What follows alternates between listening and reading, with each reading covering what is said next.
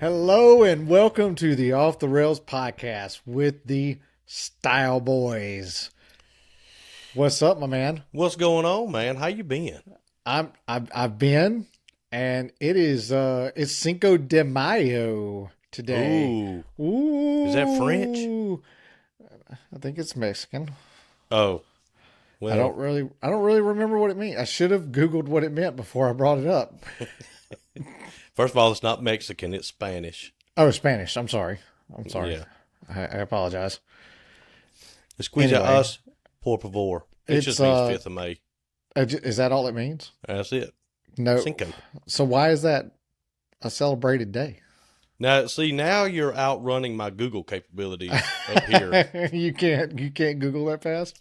Man, something tells me it was Is it I'm going to sound ridiculous, but something tells me there was if something happened, like maybe a battle or something like that, or maybe they got free from some sort of oppression or government or something. Hey Siri, what is Cinco de Mayo?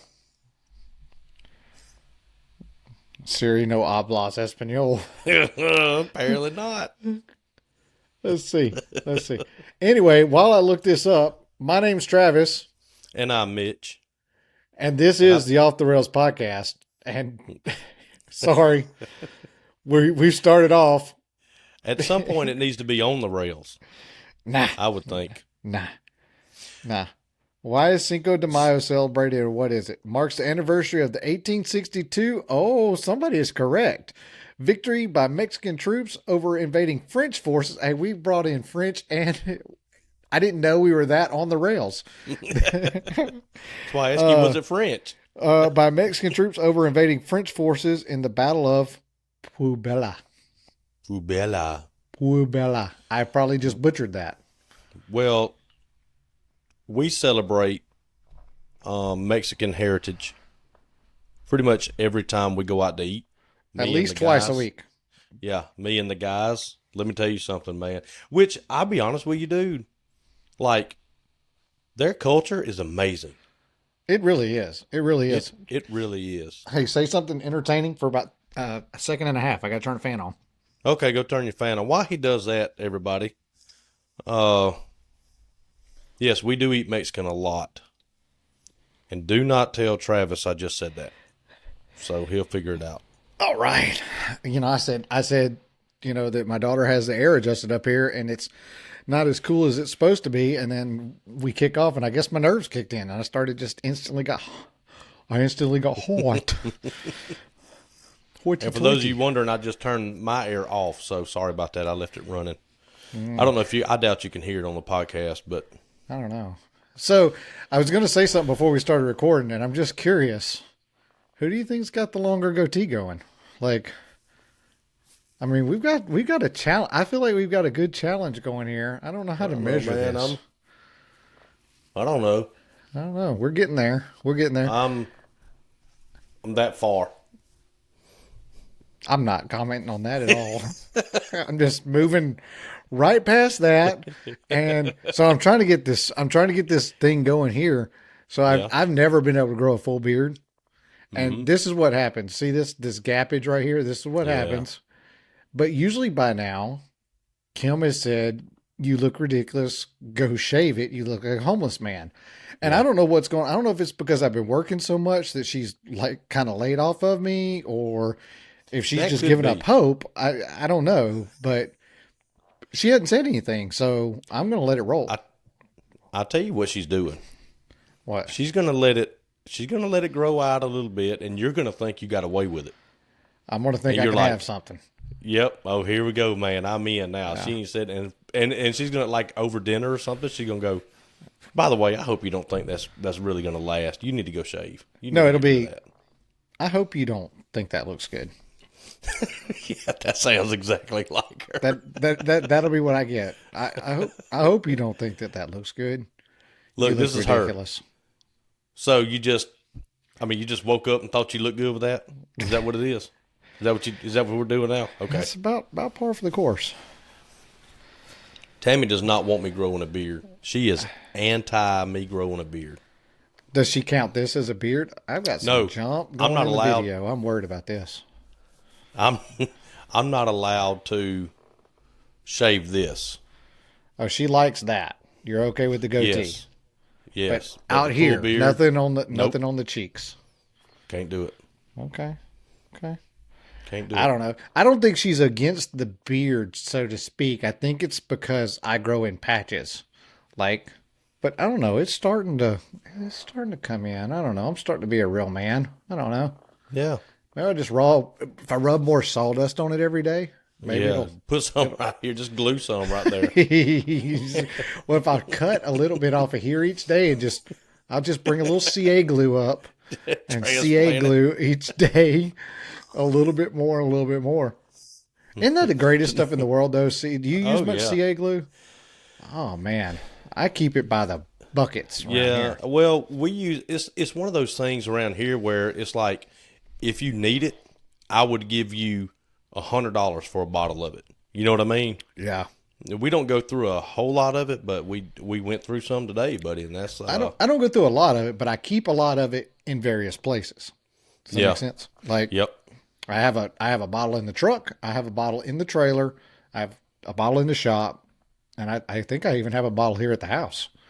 I need to put a bottle on the trailer. It's just a good. I love it for trim. Oh boy, Oh yeah, you start hang doing some trim, yeah. miter corners and stuff, especially with MDF. It's great with MDF because you don't Hmm. like shooting nails. So if you don't know, I guess let's back up. Let's cover this for a second since we dove into it. I don't know how we got here, but we're here. So CA glue is carcinogenic something. It's basically super glue. Cyanoacrylate. Cyanoacrylate. I thought I was going to sound smart, but hey, I've had a little Cinco de Mayo myself. We went to a place, so we went to dinner, and I was like, anywhere but Mexican. Mexican's going to be ran over, like. Yeah. And our favorite Mexican restaurant is not very big, so it doesn't take much to run it over, but we love it, and I don't really want to go anywhere else. But I was like, let's go anywhere else. So we went to this place called The Spot, and it's like burgers, fries, like it's not Hispanic food at all, but it is run by a Hispanic family. Oh yeah, they probably So had a it deal going. was Cinco de Mayo. So a bucket of beers, and here I am, and now I've got my big cup of Ooh, Wood Woodford Reserve tonight because really? I'm out of bullet bourbon. Really? So a little bit of something. But anyway, so CA glue it's really good. So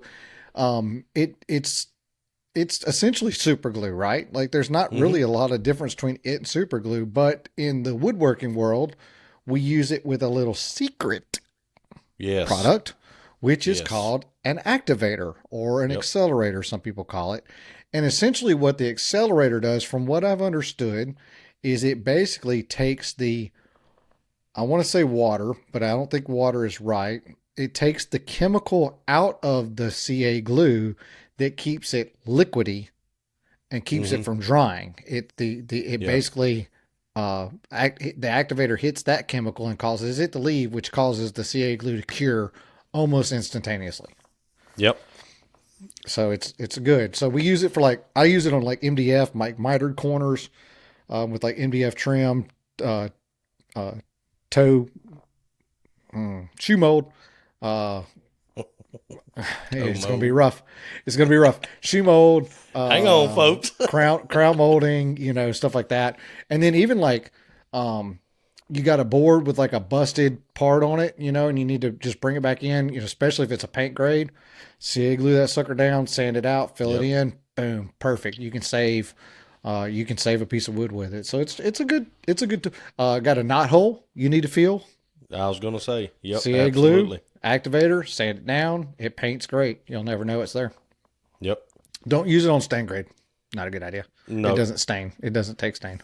will not stain. It's basically like clear plastic. It's not gonna We work. we call it one shot.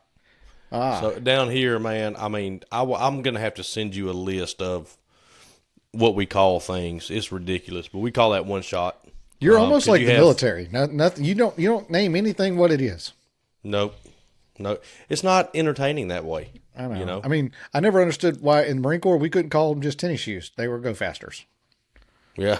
Yep. Why? Hand me a pen. Nope. Ink stick. Yep. Why, Yep. why couldn't you? Why can't you just have a pen? You know. Underwear? Nope. Skivvies.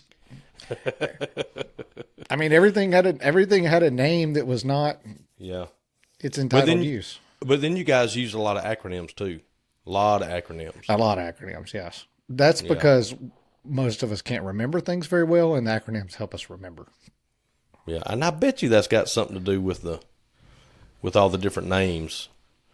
But we call it one shot because we put one shot activator on the opposing surface, and then you got one shot to get it right. Yeah, because once those two ships dock, That's it's it. there. It's pretty much. Yep.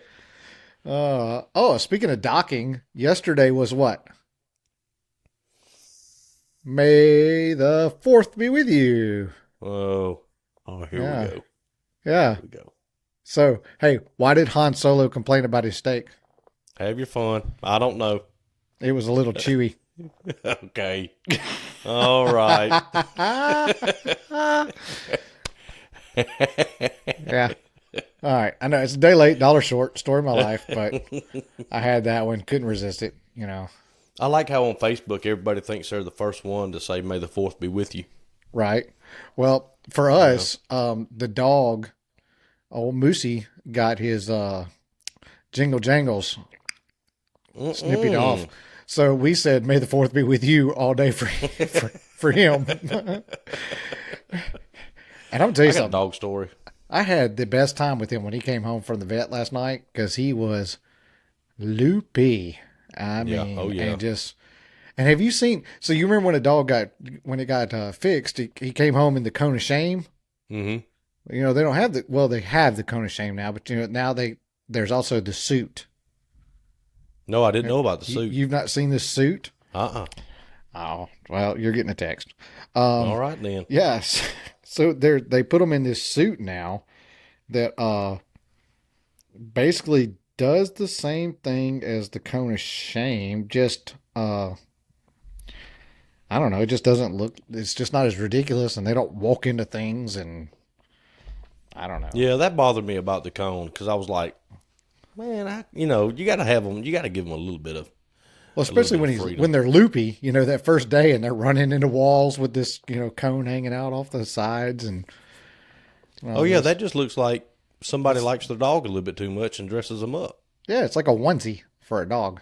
Mm-hmm.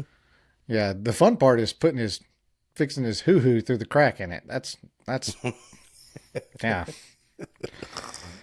How embarrassing is that? Yeah, almost as much fun as picking up crap in public. I mean, get a dog. They said it'll be as much fun as having a child. Dude, Rick Burgess, man, when he says, "What about about the dog?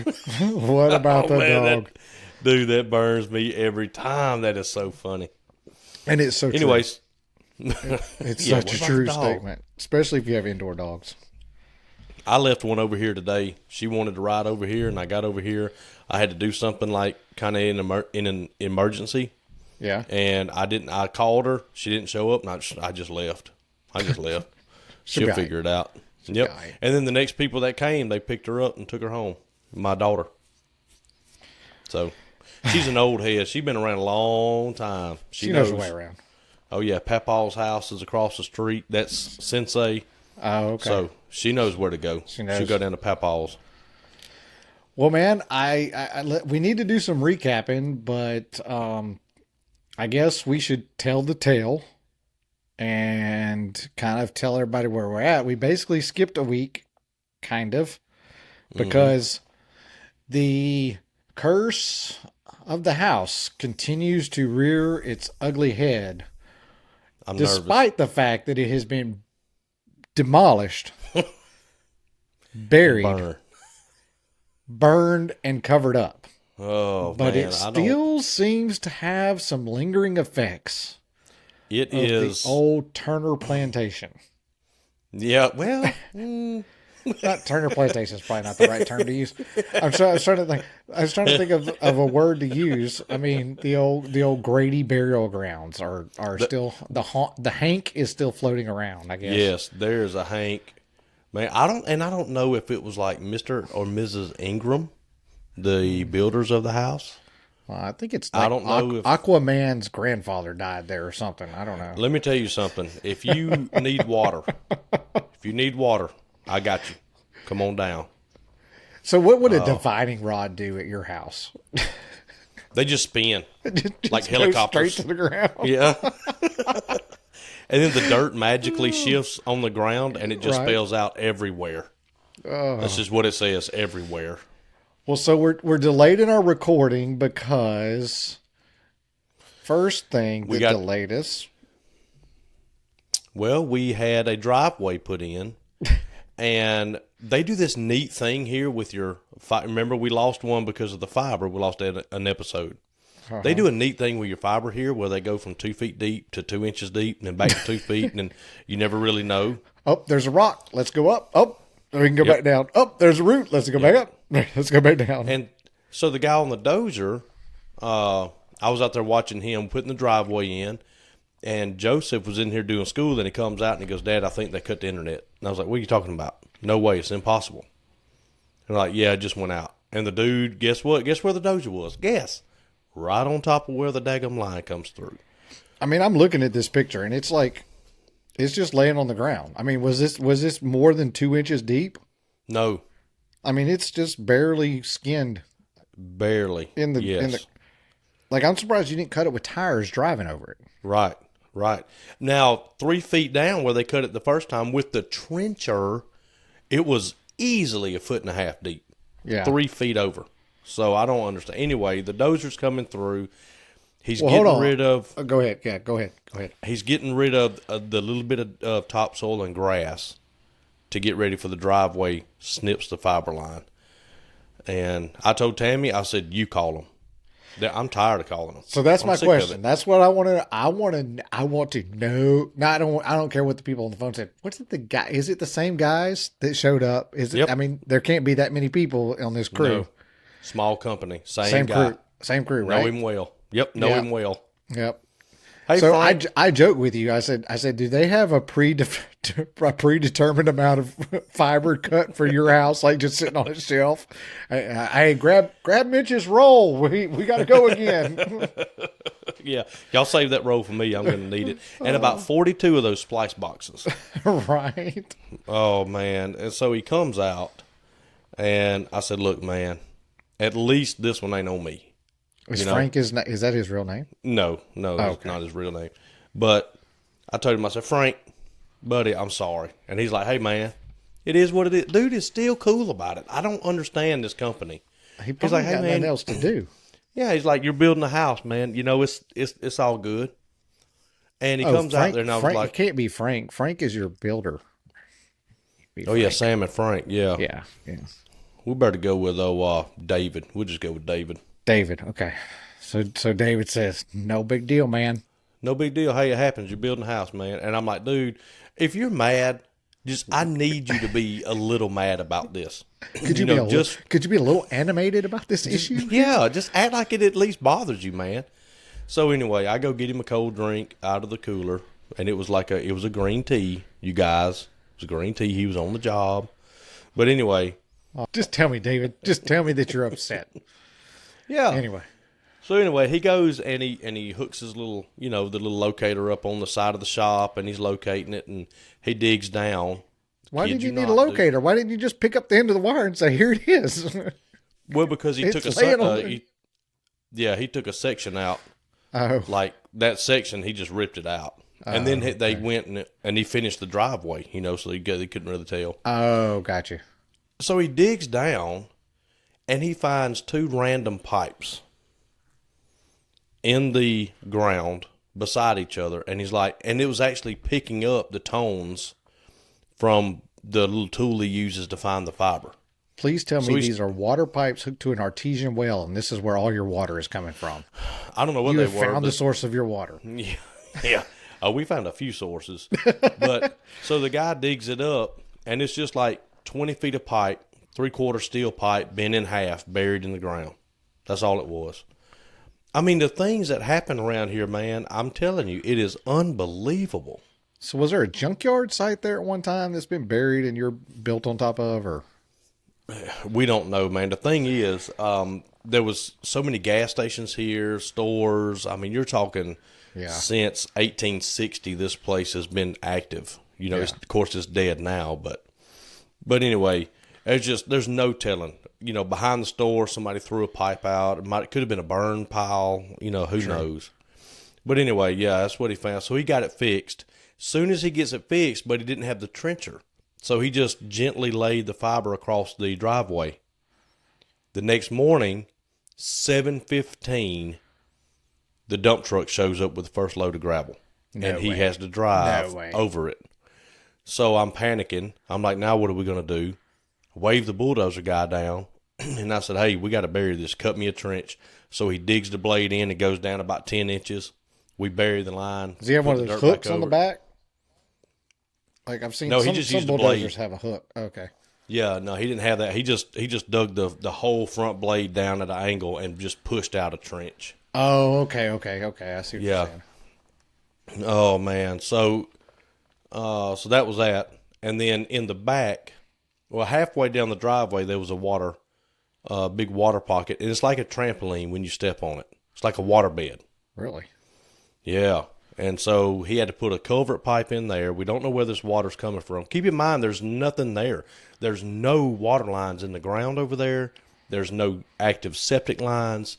There is nothing. And he puts dirt on top of the ground, essentially. He adds up a foot of dirt. Then you come back 3 hours later, and the dirt is wet. Really? Like it's sucking it up from deep within Mother Earth. I can't explain it. So I was thinking about it when you were telling me about the other issue, which maybe I need to wait to ask this question. But so you get the driveway kind of like where the trucks can go back and forth, right? Mm-hmm. And now you're up working on the pad. Yep. And that's not going well either. Same thing. So, well, first of all, the level piece of ground, and I don't know if you've done. You know, it's a podcast. Nobody can see your hands, right? Yeah, well, you can see it. This is for your edification. But the thing is, my camera's reversed, and I don't know which hand is which. So it's weird. But anyway, do that thing on your screen where you can flip them. Yeah, that's what I need to do. But anyway, so my brother comes, and we shoot a laser back there where we're going to put the house at. And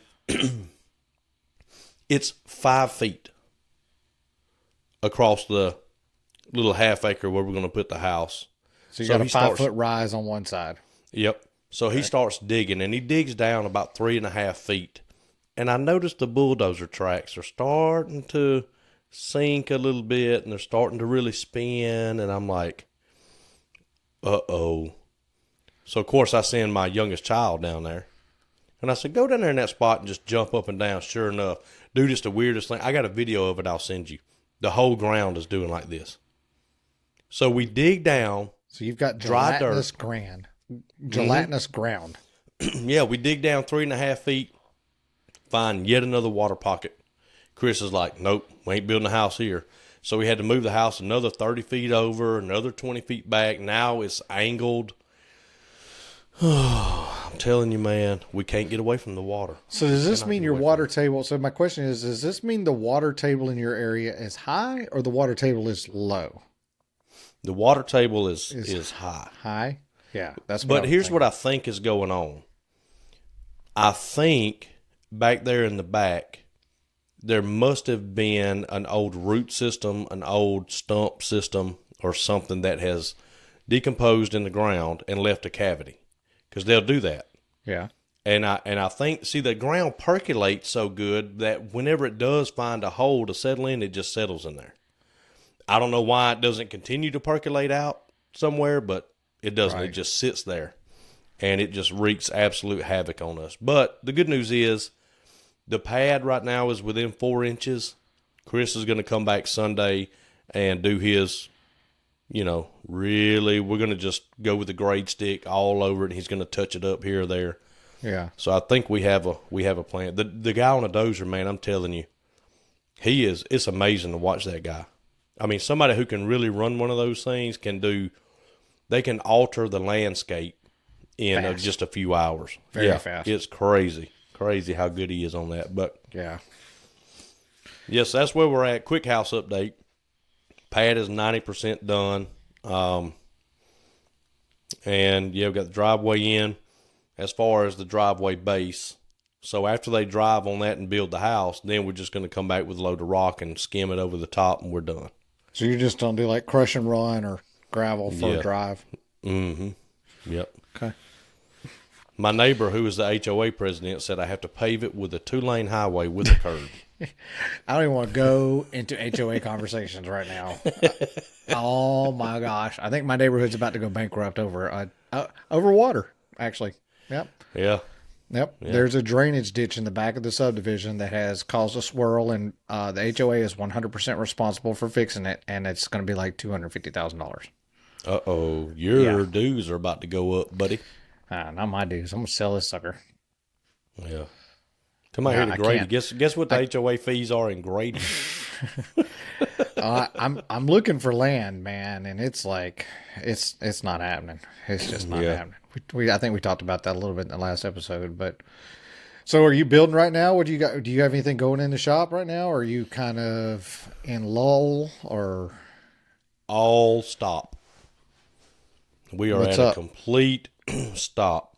Well, it's just kind of timed out where the builder that we went ahead and built the cabinets for his personal house, Yep, Frank, Frank. he was going to pour the concrete because he's got a long driveway anyway. The concrete had to be poured first, and the plant broke down. Then the brakes went out on the concrete truck last week.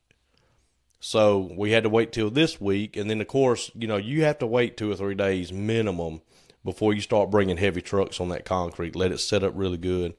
So it just keeps getting pushed back, which kind of sucks because that's a paycheck that is holding up. But So basically, your side of access it- to the house is being delayed. Like that, it's not the concrete. That's right. We're not talking about like the concrete for the pad or for anything. I mean, the house is sticked, and Yep. I mean, we're way past that point. The house is. Yeah. You've got drywall in. You don't install anything pre-drywall. Nope. So I mean, you got drywall in. The house is dried in. Like it's at a 2/3 probably stage. Oh yeah. Yeah. Yeah. Somewhere around there. And- So you just don't have access because of the driveway right now. Right. There's one way in. Yeah. And it's in a wooded lot, and there's one driveway going about half a mile back to the house. There's no other way in. But, things happen, and, if I've been late on a job before, happens a lot when I'm 2 or 3 days late or whatever. So you kind of have to be careful about how you feel about that kind of thing. You can't hold it against the builder, So I think it's an important thing to talk about. We can talk about a little business side of things right here because I'm kind of in this same scenario where you have to think about your operating capital at all times, right? Mm-hmm. So it's really easy to. How much information do I want to divulge here? Okay, I'll just be frank. So like we filed our taxes come back in, and I wanted to reinvest that money back into the business, right? So I put that money back into the business account. So I'm looking at a sum total of my actual operating capital, and then I've got this other money essentially that's now combined. So my operating capital is, obviously is increased, right? Mm-hmm. And let's just use these are not real numbers because it's just not necessary to go like that deep into business. But let's just say operating capital is sitting at $50,000. But let's just say 10,000 of that is the income tax refund that's sitting there. So I've got $40,000 of actual operating capital plus the 10. Yeah. But for me, right, I see $50,000 sitting there and I'm like, oh, everything looks great. Party time. Let's start turning. All right. So there's some new equipment we want to do. There's some things we need to do. Let's start doing that. Like now's a good time to do that. And I had to remember, wait a second. Part of this is reserve operations. Like this, part of this money is supposed to be the reserve capital. So I actually opened up a secondary account Mm-hmm. because I like to make everything really complicated. But I opened up a secondary account and like moved part of that over there. So it's still in the business account. Like it's still in the business side, but now I have it divided out so that I'm seeing like a real operating number and but my reserve, my actual reserve for things like this for like I had the same thing happen today. I had a customer that was supposed to start on Monday. Text him, say, hey, your job's starting on Monday. He said, hey, I'm not ready for Monday. I need 2 weeks. Okay, 2 weeks is a big delay. You Yeah. think about if you're working a 9 to 5, and all of a sudden they say you're not getting your paycheck this week. It's going to be 2 more weeks. Yep. That and that happens to us. That happens in small business, but you got to be prepared for it. You got to be constantly looking ahead, and working on those things. So this is a very normal part of owning your own business and Yep. and part of the process because there are delays that happen for various reasons, whether it's concrete truck can't get the driveway, whether it's hey, I don't have material, I can't get for a while I couldn't get 1/4 inch MDF for like a week and a half, you know. Mm-hmm. So that all delays things. So if you're going to operate a business, it's you want to have you got all these wants that you have for your business, right? Like you want this piece of equipment, you want this tool, you want this, and then you got your needs, and you got to really make sure that you're focusing on your needs, keep those in check. Really, if you Yeah. need it, you do it, make it. But your wants have to sit back, sometimes and wait on that process, So slow roll your buying of equipment and things like that. Don't if it's something that you need, go ahead and buy it. Yeah. If you have to like buy a little cheaper than you would like to buy because you got to have this, then do that. And I needed when I first started, I needed a belt sander for a project. And I knew that I needed it for that particular project, but I knew I probably wouldn't need a belt sander very often. So I run to Harbor Freight. I grabbed a Bauer, not Mm-hmm. even a Hercules, not even I mean, no, actually, not even a Bauer. I grabbed a Chicago Electric. Like I Oh grabbed the yeah. bottom of the barrel, belt Yeah. sander because I needed a belt sander, but I didn't need to put a whole lot of money in it because I probably wasn't going to use it very much. And I don't think I've touched it since, you know, Yeah. because I didn't have a whole lot of operating capital to go buy a Craftsman belt sander, that's not a great example, DeWalt, belt sander, so you're going to get those delays in your business and you're going to get those delays in income coming in. So keep that operating capital and that's your goal. Like I have a 20/20 rule. That's just the way I operate. So 20% of whatever I make on a project goes to my personal savings account. 20% of what I make is my paycheck. The other 60% is business operating capital. Yeah. That's just the way I do it. And if I do it that way, if I have a lull, if I have a delay in getting an actual paycheck, I can still write myself a paycheck from the business account and I don't feel the effects of it. Like I still That's get a right. paycheck. Like I pay myself weekly. I pay myself once a week, but it's based on that 20/20/20, and sometimes if it's a small job and the 20% doesn't equal what I would normally make, then I pull it out of the business reserves to make a full paycheck for myself. Yeah. And that's just how I do it. You got to prioritize what works for you and figure out, I mean, because I try to run where I personally make as little as possible to survive, to be 100%, and then keep the business reserve full. And then that Yep. way I have more opportunities to pay myself later. Yeah. We Charlie gave me a great piece of business advice when I started, and he said, Mitch, this job, running your own business is feast or famine. And so when it's feast, you better pack away like a squirrel, man. He said, Yep. you better be a pack rat and put $5 in, $1,000 in, whatever you can. So what we do is we kind of have this outside account, and we got our main business account, And then if we have a little extra money or whatever, we just feed that outside account. Yep. Now that outside account has to be at a minimum.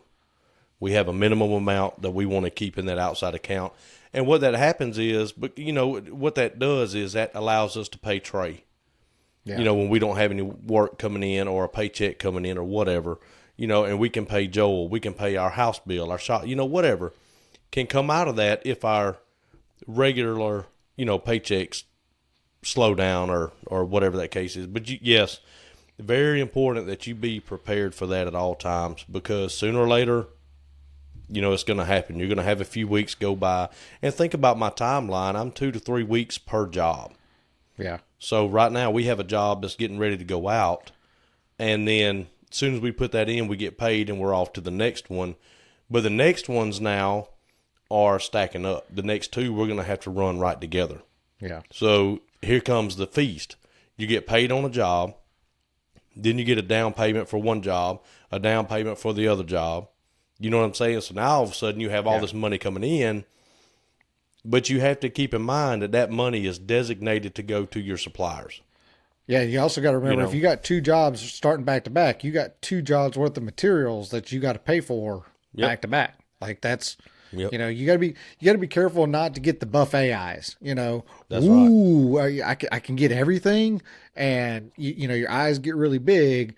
And you forget about the bills on the back end. I think that's what kills. I think that's what kills a lot of businesses is they see that money roll in and forget that they've got, in the accounting world, in the business world, you have credits and you have debits. And credits is money coming in, debits is money owed, and you forget that you get all those credits coming in, and you forget that you got all these debits on the backside. Because it takes.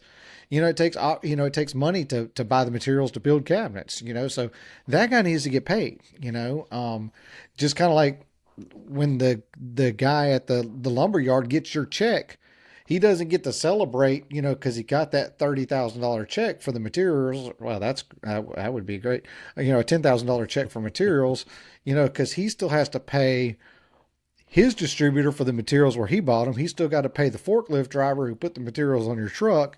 He's still got to pay his shop rent. Like you got to remember that what you make is still you only get to keep a percentage of it, even though it is your business. Like you got to be careful.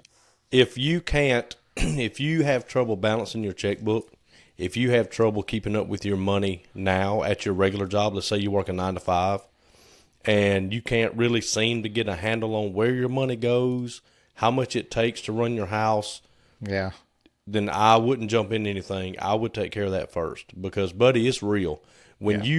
Sometimes I owe my suppliers $30,000, $40,000, and we get checks in or whatever, and we pay them. And if you're not disciplined enough to keep up with that money and not just go buy a bass boat or something like that, and I'll figure it out later, you better stop and take a hard look at what you're going to get yourself into. Because you can do that once or twice. You can do that once or twice, but the problem is it doesn't take long before you've screwed over your supplier to the point where you no longer have the ability to get any more materials. Yep. And when you can't get materials, you can't make cabinets. You're done. You can't weld. You can't plumb. You can't do electrical work, because they won't even say, you can't even go in there and say, well, man, listen, I know I owe you $20,000. Let me pay cash for this load of plywood, and they're going to say no. They're going to say, no, they're going to say, no, that sounds good. That sounds good. As soon as you hand over that money, you go, oh, yep, that just went towards your bill. Have a nice day. You're not getting any actual materials from us now. Yep.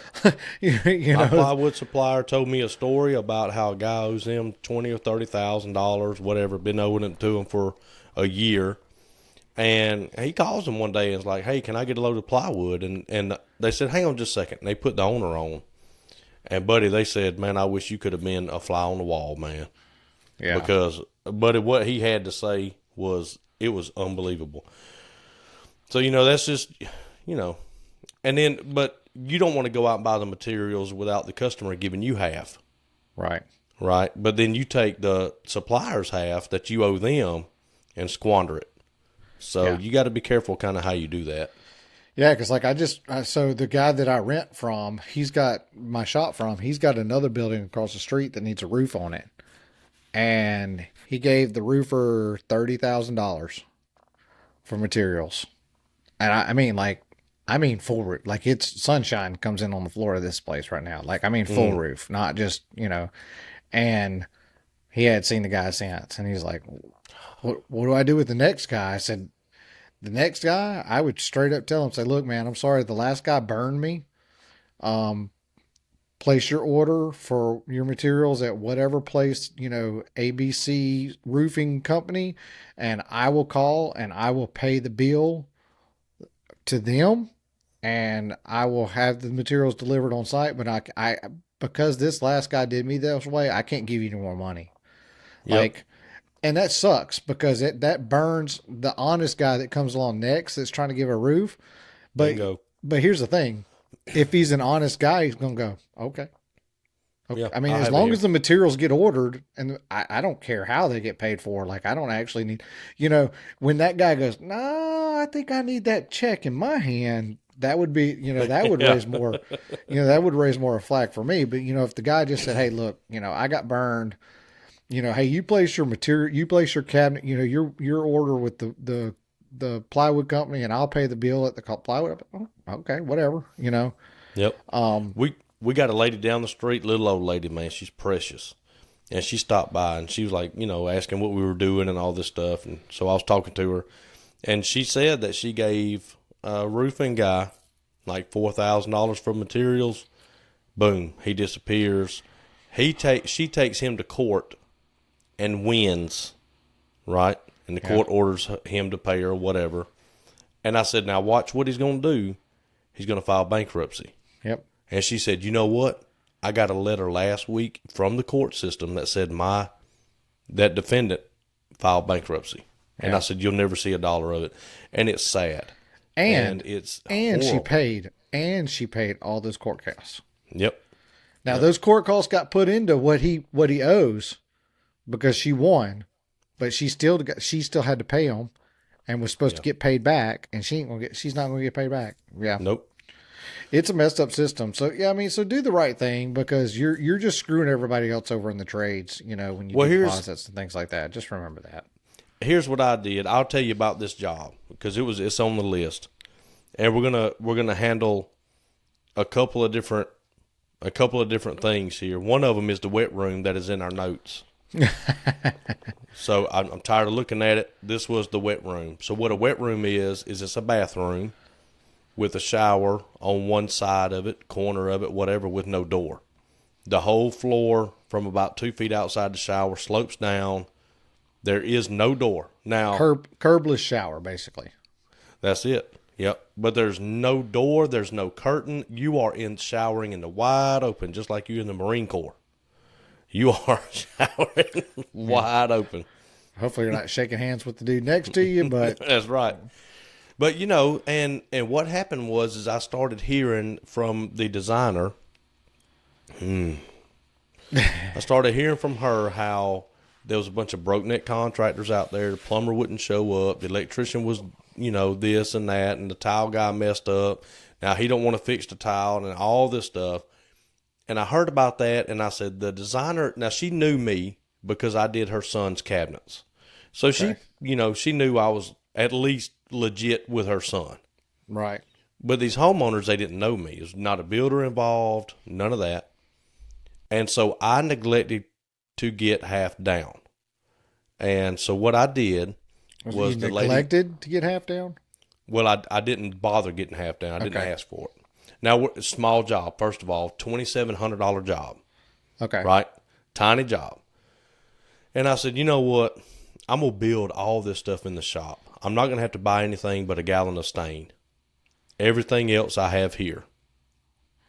So she's like, are your terms, what are your terms? And I said, well, typically it's half down, half when I'm done, but on a job this small, I'm not going to worry about it. I said, y'all pay me when I'm done. They're like, What I okay. call a scrap project. Mm-hmm. Man. Yep.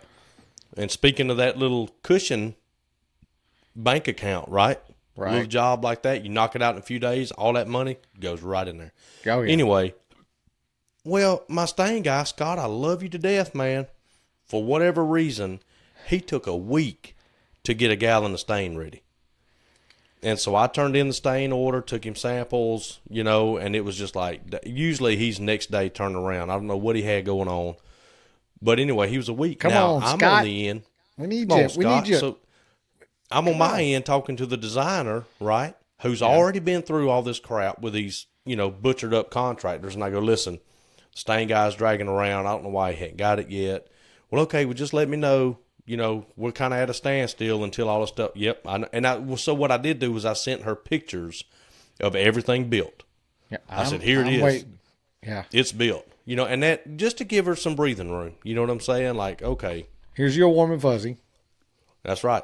So I go in there and I do the job, and I had to come back the next day because of some complicated stuff with the trim and this and that. So I knew I wasn't going to be finished that day. And the homeowner came and said, listen, do you want your check? And I said, nope, when I'm done. And I said, the reason I do that with people like you is because I knew you had been through, some hard times with your other contractors. And look what happened. Now I'm on the phone telling the designer, hey, waiting on stain. And I said, if you would have given me, $1,400, you would have been nervous. Right. And here I am telling you that it's ready to go, but, it's just excuse after excuse. And I said, so that's why I didn't do that, And she said, yeah. She said, it makes you nervous when you give somebody you don't know thousands of dollars, and then all of a sudden you start hearing excuses. So that's precisely why I didn't do it at that job. But yeah, that was sure. You have to cover. You kind of feel the situation. You run your business how you want to. I'm not telling you have to do this, but me personally, I feel out, scope out the situation. This is a remodel, a fairly new designer that's just like getting into this kind of thing, and she's soft-hearted. She's really sweet. And I'm like, lady, I'm sorry, but you're just going to get taken advantage of. Yeah. So I went in, and when I was 100% done, I mean, the hardware's on, we are done.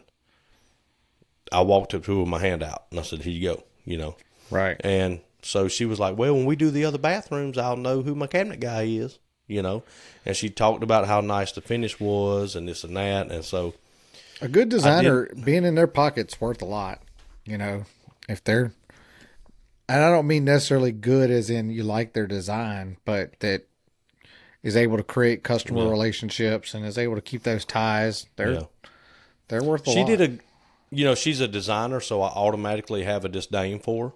Right. But she was articulate. She did communicate. Tootie hoo. Exactly. And absolutely clueless. The lady asked me were the drawer front's going to be stained the same color as the vanity. Nope, we're painting them purple, lady. And I was like, no, they'll be painted pink. It's like, what are you doing? What do you mean are the front's going to be, really? So anyway. I would have said, I don't know, it's your design. What do you want to look like? So that was just a builder. We get there, by the way, and I'm not going to call Trey out because that's not who I am. Yeah. But we have a tool list. Remember the tool list? Yep. I'm still waiting on an email, but yeah, so you have a tool list. I emailed that to you. No, you didn't. I'm pretty sure I did. You lie like a dog. So anyway, we go over the tool list, and I'm like, all right, we're going to need a pin nailer, battery nailer, whatever. Do you have batteries for that? And he's like, yep, got batteries. Okay, cool. Get there, no batteries. I was going to say no nails. Luckily, his brother runs, and our nailers are Ryobi. It's the only thing Ryobi we use. Yeah. But his brother runs Ryobi, homeowner guy, lives 2 minutes down the road. He's like, I'm going to go over there and get his batteries. Because I'm like, I'm not driving an hour and 10 minutes back to the shop for a battery. Right. So anyway, he goes and he comes back, and he's like, one caveat. Whenever we take the batteries back, we got to let his dog out to go to the bathroom. I said, okay, whatever. Weird flex, but whatever. So we get done. It's a weird we go request. back over there. Yeah, we get back over there. I've got you over a barrel. I could ask for a lot of things. I need you to let my dog go poop. Please. So we get over there, and Trey's gone like 15 minutes at his brother's house in the backyard, and he calls me. He's like, hey, we got a situation. And I was like, what? What's going on? He's like, well, the dog ain't mean, but he don't trust anybody. And I can't get him back in the house. I said, so do you need backup? He's like, man, give me a few minutes. I think I might can get him in. He won't come to me. You know, he's just running around the backyard. Some kind of bird dog, hound dog, something. I don't know. Okay. Not as bad as I thought you were going to say. I thought you were going to say the dog was gone. No. We're in a subdivision, so there's, everybody's fenced in, privacy fence. Anyway, he calls like 10 minutes later and is like, yeah, I need some help. So Tommy and I had to go in the backyard of this dude's house and try to help catch his dog. Finally got him put up. Did you rope him? No. We did the old slow and steady, so we got behind him and we stood still. And then he kind of wandered closer to the house. We moved up a little bit and we stood still. Make the yard a little smaller, a step at a time.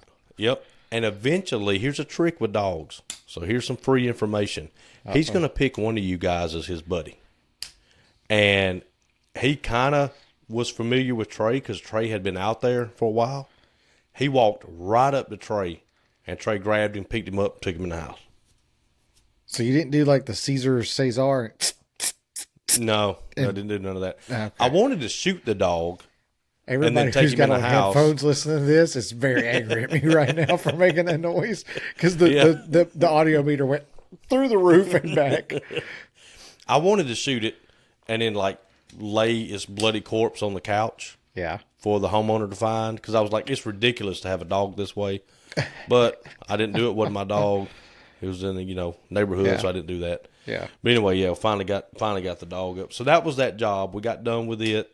A lot of weird stuff that I don't usually do. So you sent me some text on this, which is so funny because you entered into my world.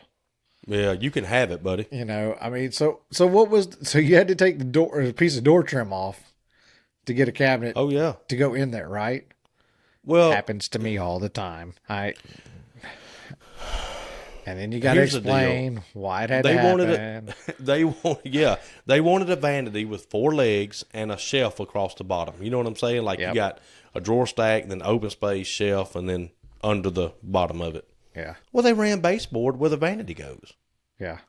And the designer, here we go, was like, oh yeah, I guess we didn't consider the fact that the legs were going all the way down to the floor, and we ran the baseboard. And I said, it's okay. I'll take it out for you. I just started snatching that crap off. Problem is, I got a heart, and I felt bad for the homeowner, so I put it back. We cut it all and we put it back. Yeah. And then the daggum door trim. And I asked her, I said, what size door trim are you going to use? And she's like, just regular stuff. Okay, well, then that's 3/8. Regular door trim, door casing, 3/8. 5/8. It was super fancy, super bulky. And I was like, guess what, lady? I'm cutting caulk. And we snatched it down, and she comes in there.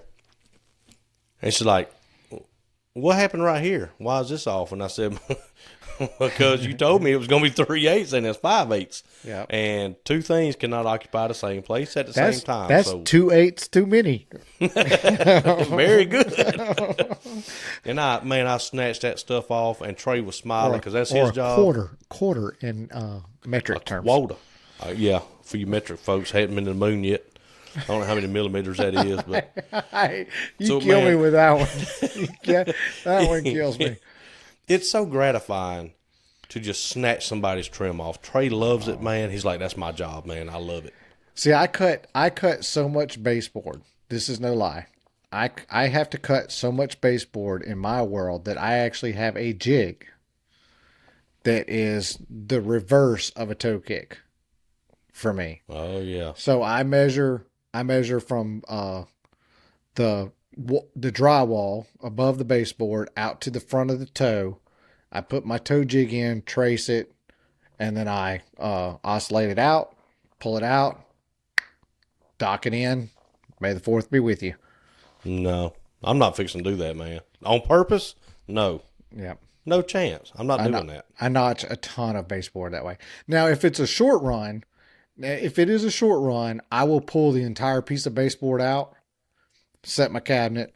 I will notch the baseboard, put it back, caulk it back in, done. Yeah. But now if it's a long run, if it's, it's, a really long, more than 4 feet, basically, yeah, I notch it. You know what I do? I snatch it Snatch it off out. and throw it in some closet somewhere on a totally different floor, like in the attic or something is where I put it. And I'm telling you, I snatch it off and I go put it somewhere. Sooner or later, you suckers are going to look at a freaking set of plans and tell where a cabinet goes. Sooner or later, it's going to happen. You know, now door casings I don't get mad about. Yeah. Because the builder told me, he's like, dude, when we set these doors, the casing, comes on it or something like that. But I'm like, dude, with all this baseboard, oh no, you think, buddy, I ain't about to notch no piece of baseboard. No hey, chance. I tell you, you want to talk about door casings? Here's a little funny story. So what I think I told you, this is a $2.6 million house, 2.4, something like that. They moved into it on Tuesday. Okay, today is Friday, so they've been in it for 3 days. Hey, Travis, before you leave, do you think you can do something with this door right here? It won't close. What? The door won't close? Bam, bam, bam. Yeah, the house is already, drywall is cracked. Door trim is separated. The house is already settled that much that the door won't close. Oh, could you imagine? So you know what I did? I put which we can talk about if you want to talk about it, if we can still be friends after this conversation. But I put my old sander on it. Not my old sander, my new sander. I wasn't going to bring it up. I put my new sander on the top. I that sucker down and closed the door and said, there you go, sir. Your door now closes. I wasn't going to bring it up.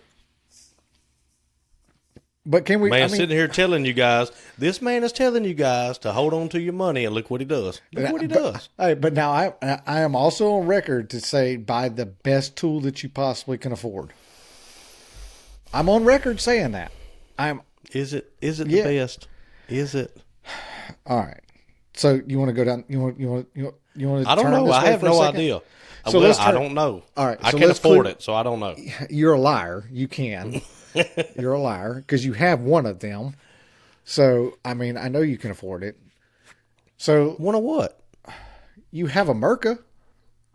Oh, yeah. Well, that's apples and oranges, man. No, it's not. It's absolutely not. Well, are you running pneumatic Merca? Okay. Yeah, mine's pneumatic. Okay. So that is a little bit apples and oranges. Touche. Okay. So here's what's going on, guys and girls. So I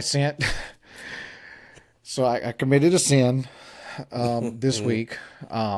This is my confessional. I went in to buy some more sandpaper. Oh, I didn't know that. That makes it even better. I walked out and sent a text message to my wife and says, please don't look at the business account for 2 to 3 days. And I got back, Travis, really? Exclamation point, exclamation point, exclamation point. And I said it just had to happen. So here's what happens. So I have a 5-inch Mercaderos sander that I like. I like it a lot. So I don't want to revisit the money conversation too much, but it's an expensive sander.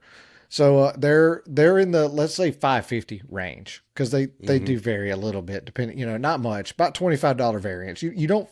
So these upper tier sanders, you don't see a whole lot of price variation in them. Is it that way with the pneumatics? Yeah, for the most part. Not a whole lot. You're going to get a good one, yeah. Yeah, once you get into that tier, you won't. I think firearms were this way. I know, like Glock, for example. Like you couldn't sell. You had ranges that you could sell them in, and they didn't ship. That range wasn't very wide, right? So like you couldn't sell them below, like you just were kind of locked in. So I had the Mercaderos 5-inch sander, which I do like a lot, but I keep picking up the Festool sanders every time I go someplace that sells Festool. And that's probably one of the things that I would say against Merca that helps Festool is that there's no real dealers that carry Merca in store. Like that you can actually pick up and touch.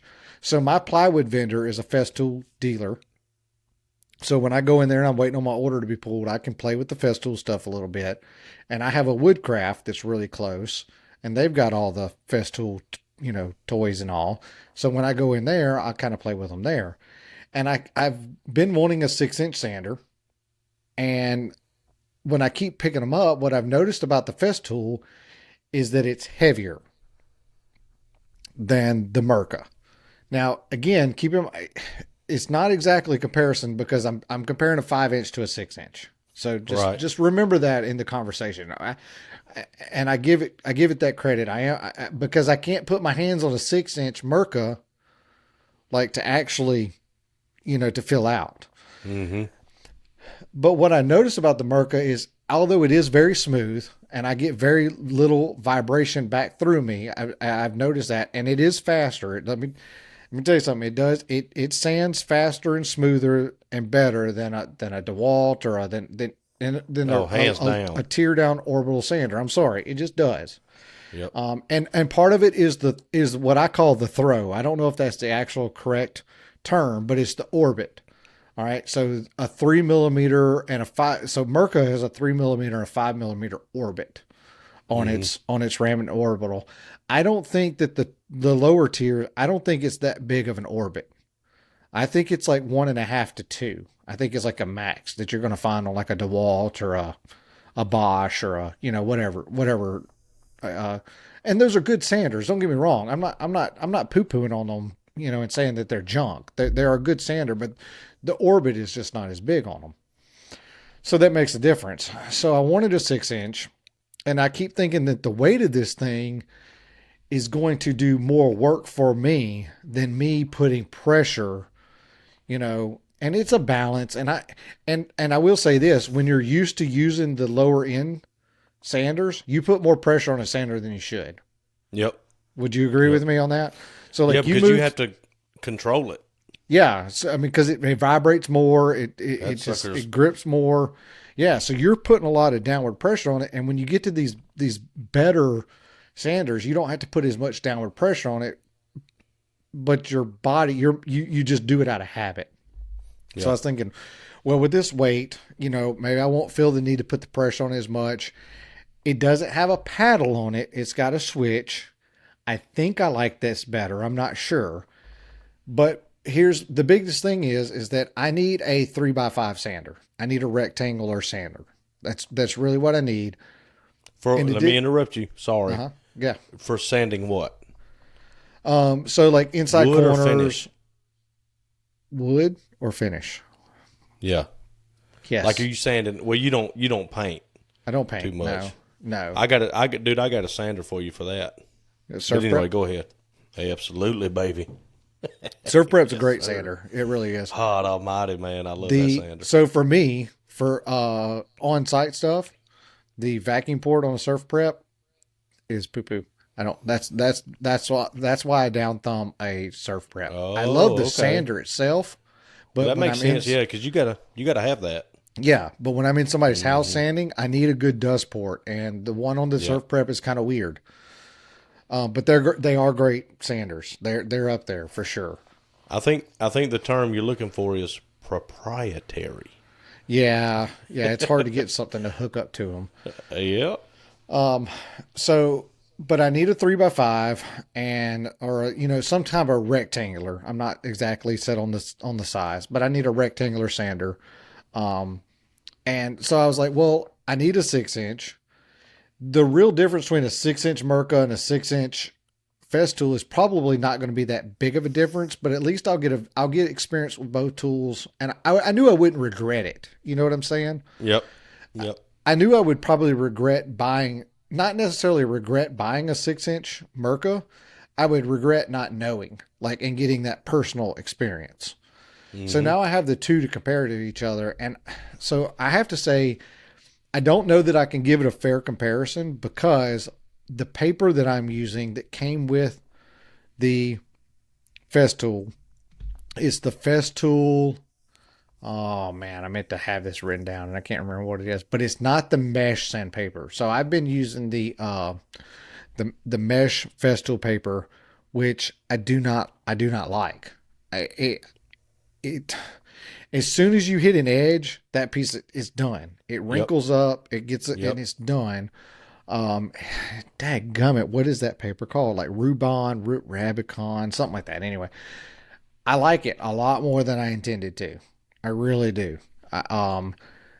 Now for flat stuff, the mesh is great. You're going to get great dust control out of it. If you're doing like a tabletop or a big surface, there's no edges to hit. The mesh is super. Yep.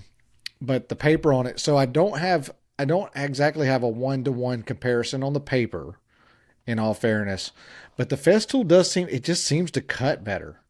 I don't know if it's the weight. I don't know exactly for sure, but I'm enjoying the heck out of it. I'm not gonna lie. So it's a full disclosure. This is a $575 sander. That's what I paid for it plus tax. But that is comparable to a electronic Merca. Merca, Surf Prep. Yep. Now, the only one that I don't think that you can compare it to, which I've heard a lot of great things, is the 3M. They've recently released an electronic that's not pneumatic, their 3M version. I hear a lot of people like that. But I do think that I think that I enjoy the switch over the paddle for the control. Really? I do think so. I think because I can move as I'm moving around the piece, I can move my hand position a little bit easier, or I can spin it, I can move it, and it doesn't shut off on me or slow down. Mm-hmm. Whereas when it's got that paddle on top, if you move your hand a little bit, but you do lose the ability to kind of throttle the speed, right? Yeah. Like with a hand, with that paddle, you can kind of use that as a gas pedal. And with the pedal, you can't. It has a roller switch for the speed, for the oscillating speed. I'm just going to interject this for all you people who have sanded one birdhouse in your life, and you're wondering, oh, what's the big deal? What's the big deal, man? It's just sander, all the same. Thank you. That hurt. No. But let me tell you Bourbon something. through the nose. When you're sanding 40 boxes, face frames, sides, fronts, toe kicks, and all that stuff, when you're sanding, a spot of Bondo, a spot of CA glue, and you're constantly changing 25 doors. Yep. Let me tell you something, man. To me, I'm a lightweight guy. That's why I went pneumatic. Yeah. Is for the weight, for the lightweight. But when you have to sand as much as woodwork is 95% sanding. So when you sand that much, these little details that you hear us sitting here, nitpicking about, well, it's got a switch over a paddle. Well, it's, this. Well, the sandpaper is slightly better when you're sanding this. These are things that absolutely matter. They do. In a cabinet shop. I mean, dude, the amount of time I've spent trying out different sandpapers is ridiculous. Yeah, for sure. Because think about this. If it saves you 30 seconds a frame, in a year, how many frames have you sanded? Or if you get 10 more board feet per piece of sandpaper. Yep. Time plus distance. You want both, right? You want it to work faster and you want it to last longer. And now you're sitting here researching aluminum oxide versus ceramic.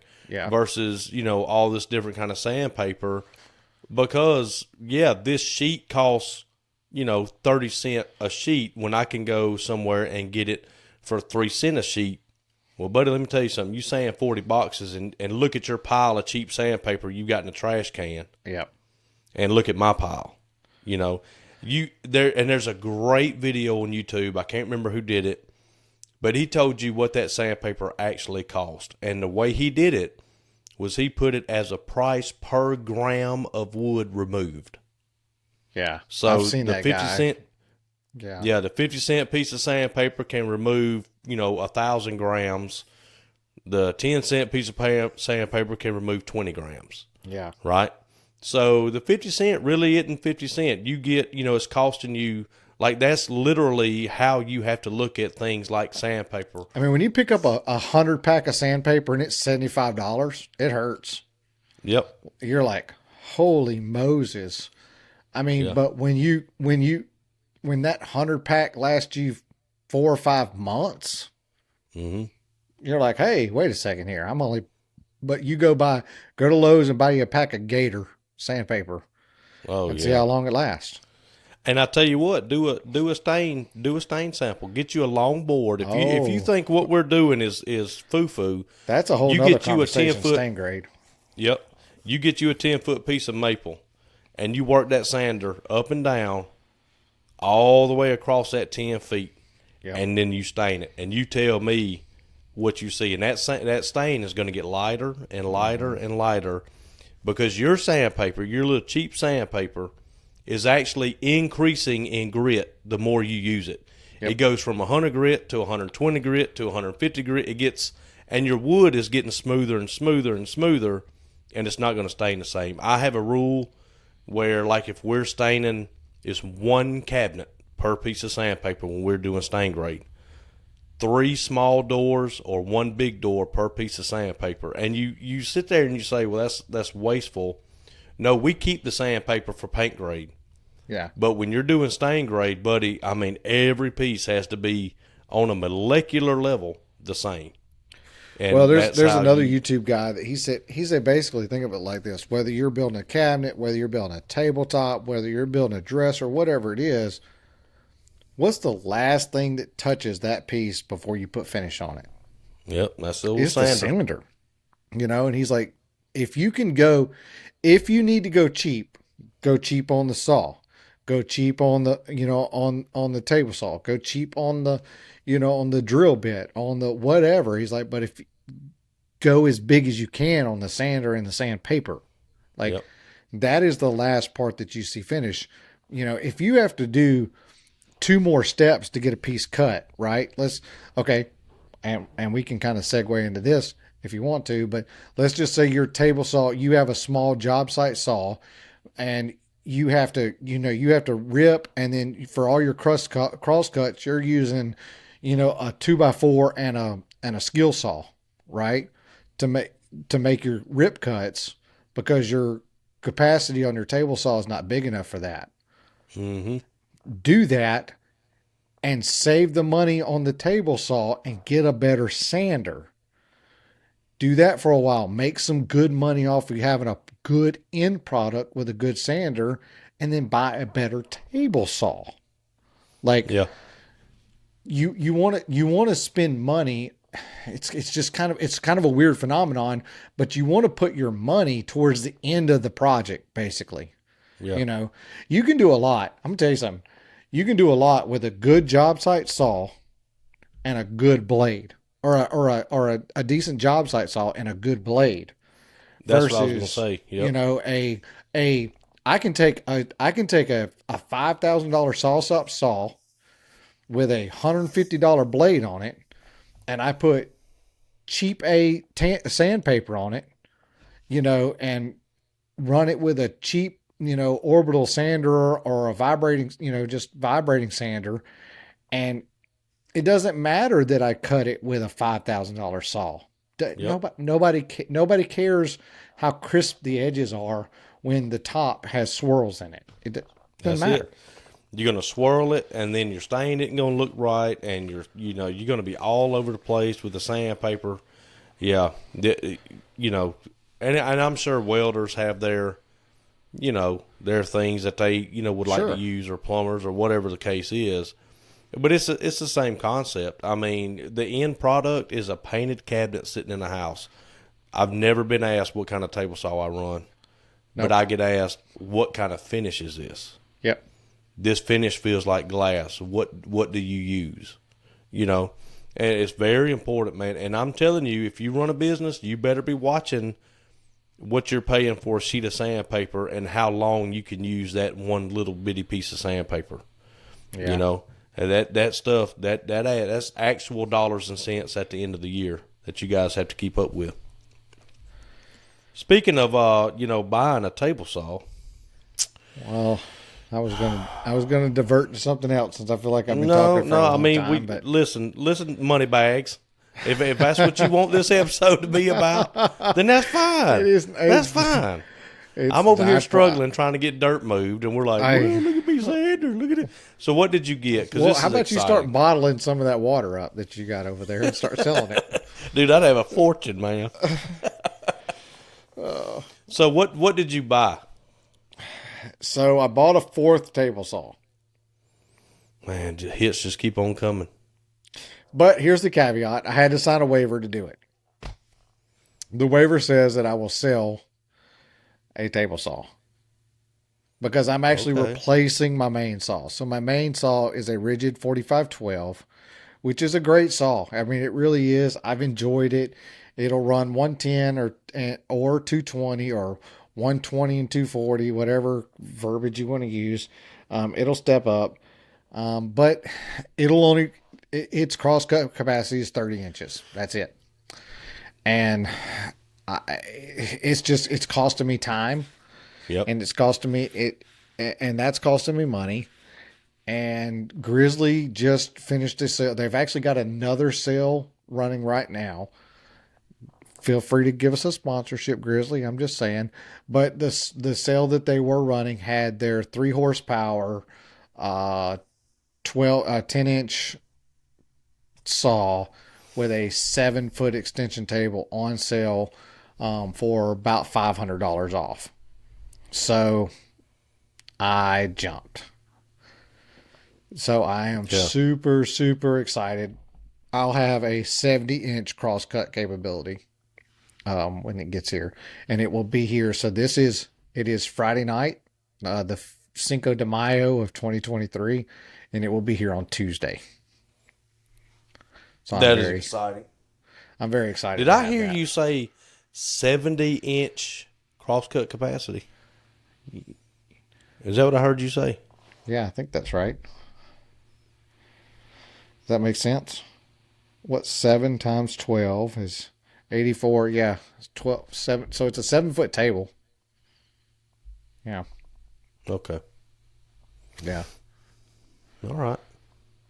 So, so I'm in the process. So my shop is completely destroyed right now.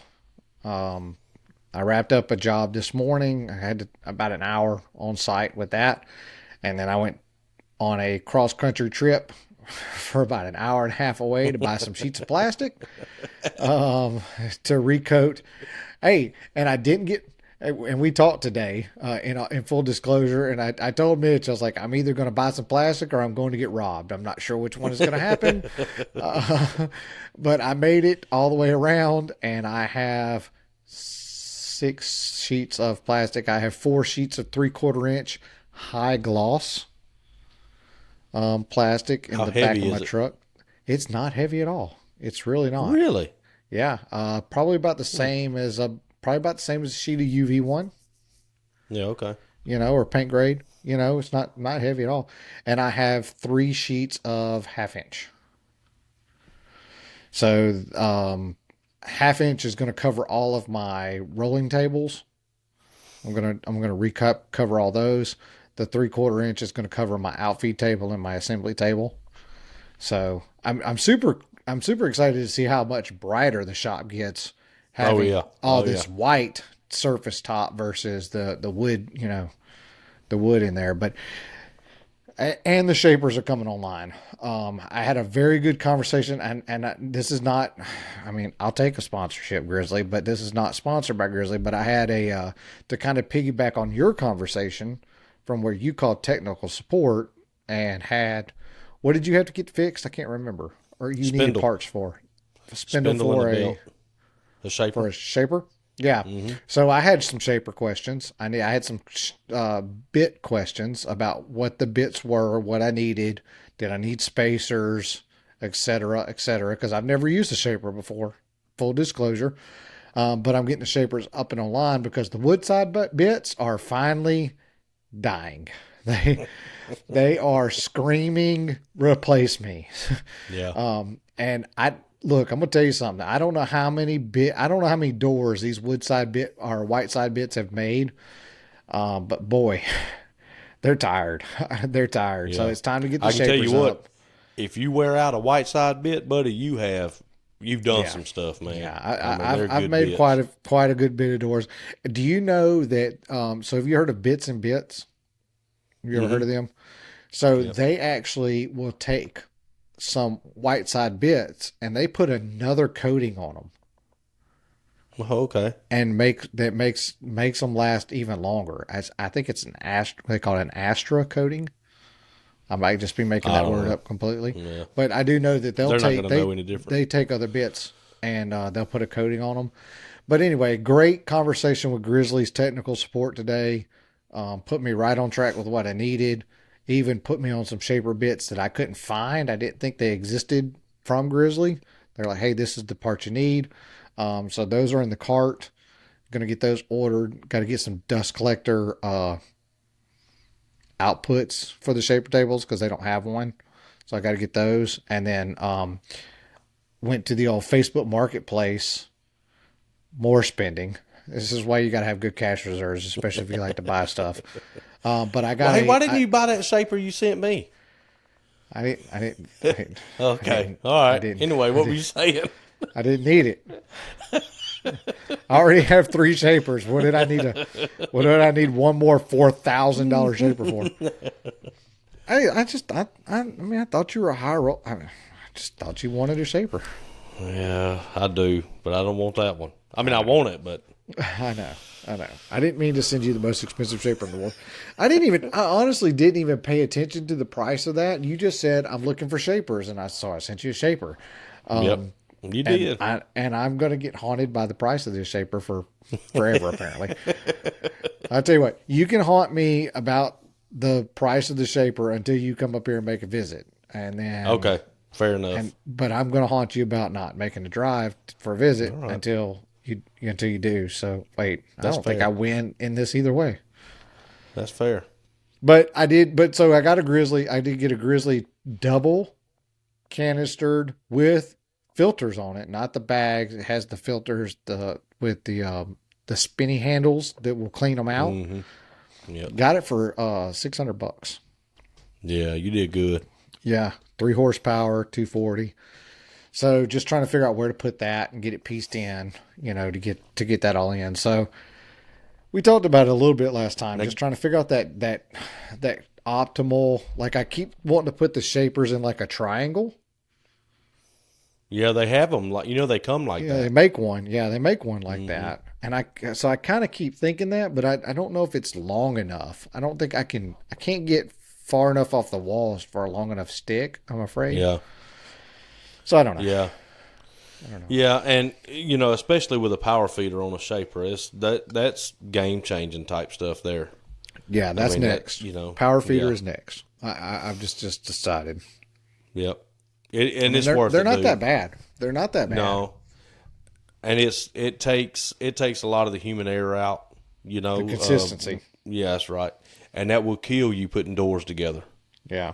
Yeah. So yeah, those are all, it's really, you're going to do that table saw is going to be, I'm telling you, man, it's going to be a game changer. Yeah, I'm super stoked. I've got 2 brand new saw blades that are sitting in the corner waiting to go on those.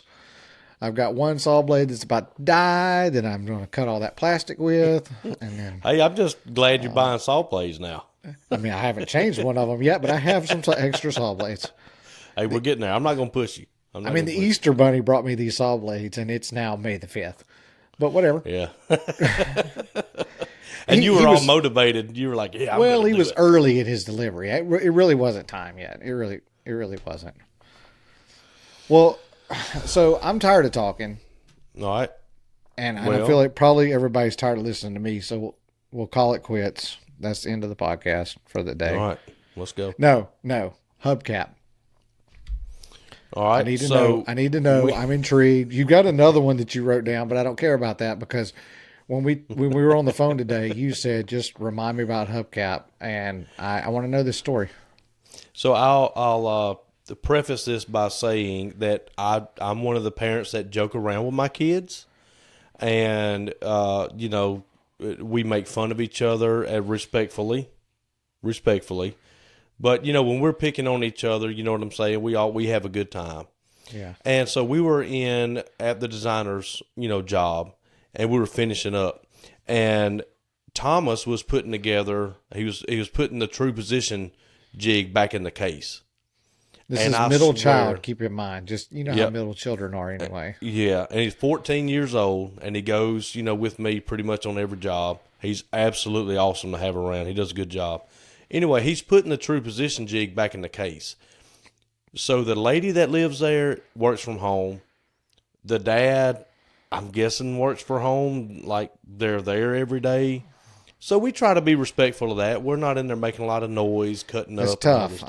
stuff. I'm just saying Yeah. from that aspect, it's tough when they work at home. Oh, yeah. And so he is like, it's almost like he's picking the jig up and slamming it down in the box. It is unreasonably loud. And it's clanging and there's banging and there's bits hanging in there. And I was like, Thomas, what are you doing, man? And he's like, well, I'm trying to get this thing back in there. It's like, bam, bam, bam, cling, clang, bam. And it was just, for whatever reason, it was so loud. And I for was like, those of you who don't know, a true position jig has like 3 parts. Like, it's not, there's not that much. There's not that much to put back in the box. But it's like he couldn't get it. You know, when you're a kid and you put the triangle in the triangle hole and the circle in the circle hole. Yeah. It's like that, trying to get the stupid thing back in the case. And it was all banging around its own tile. It was just extremely loud. And I told him, I said, what are you doing, man? I said, you got to be quiet. You can't make that much noise. And sure enough, and he's over there like trying not to laugh because we know how ridiculous. He's like, I'm just trying to put it back in there, you know.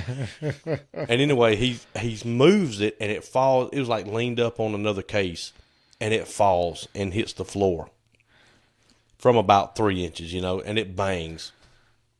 And I told him, I said, Thomas, and Trey, meanwhile, is on his side doing something at the very bottom of the vanity down in there. So he's down there, and I said, Thomas, I said, buddy, if you make any more noise with that stupid case, I'm going to cut your spine out with a hubcap. What I told him. I said, I'm going to cut your spine out with a hubcap. And for whatever reason, Trey got so tickled about me saying that. And so me and Trey get to laughing. Tommy's laughing. I'm getting lightheaded. And the lady walks in the bathroom. She was like, I think that might be a little bit severe, you know. And I'm like, crap, you know.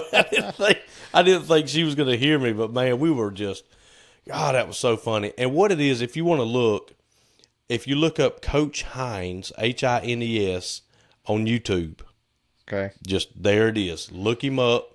And so he's a PE coach, but he's not very good at what he does. And like the kids is this a mock thing? No. It's a Saturday Night Live thing. Okay. So, okay. Well, you know, you ever seen Key and Peele? Yeah. All right, so the tall, skinny one, that's him. Okay. That's Coach Hines. Okay. So anyway, he comes up with all these really artistic ways of killing his students in there. And that was one of his. He was like, I'm going to cut you in half with a hubcap. So anyway, it just came to mind, and Trey got to laughing so hard, man, and that lady come in there, she was laughing. And I was like, listen, I was just kidding. I said, I'm not really going to cut his spine out with a hubcap. I mean, Golly, I thought castration with a spoon was harsh, but I mean, spine by a hubcap is pretty devious. So anyway, and Tommy's got some zingers now. Don't you think, Thomas? Now, he's never threatened to cut my spine out with a hubcap. Right. But, like, he'll say stuff that's so funny. And that was just, we had a laugh with that because that lady came in there. She's like, I think that might be a little excessive, you know. That's funny because that's kind of along the lines. So, did you see the story that I posted on our Instagram page the other day, where from a comment from YouTube?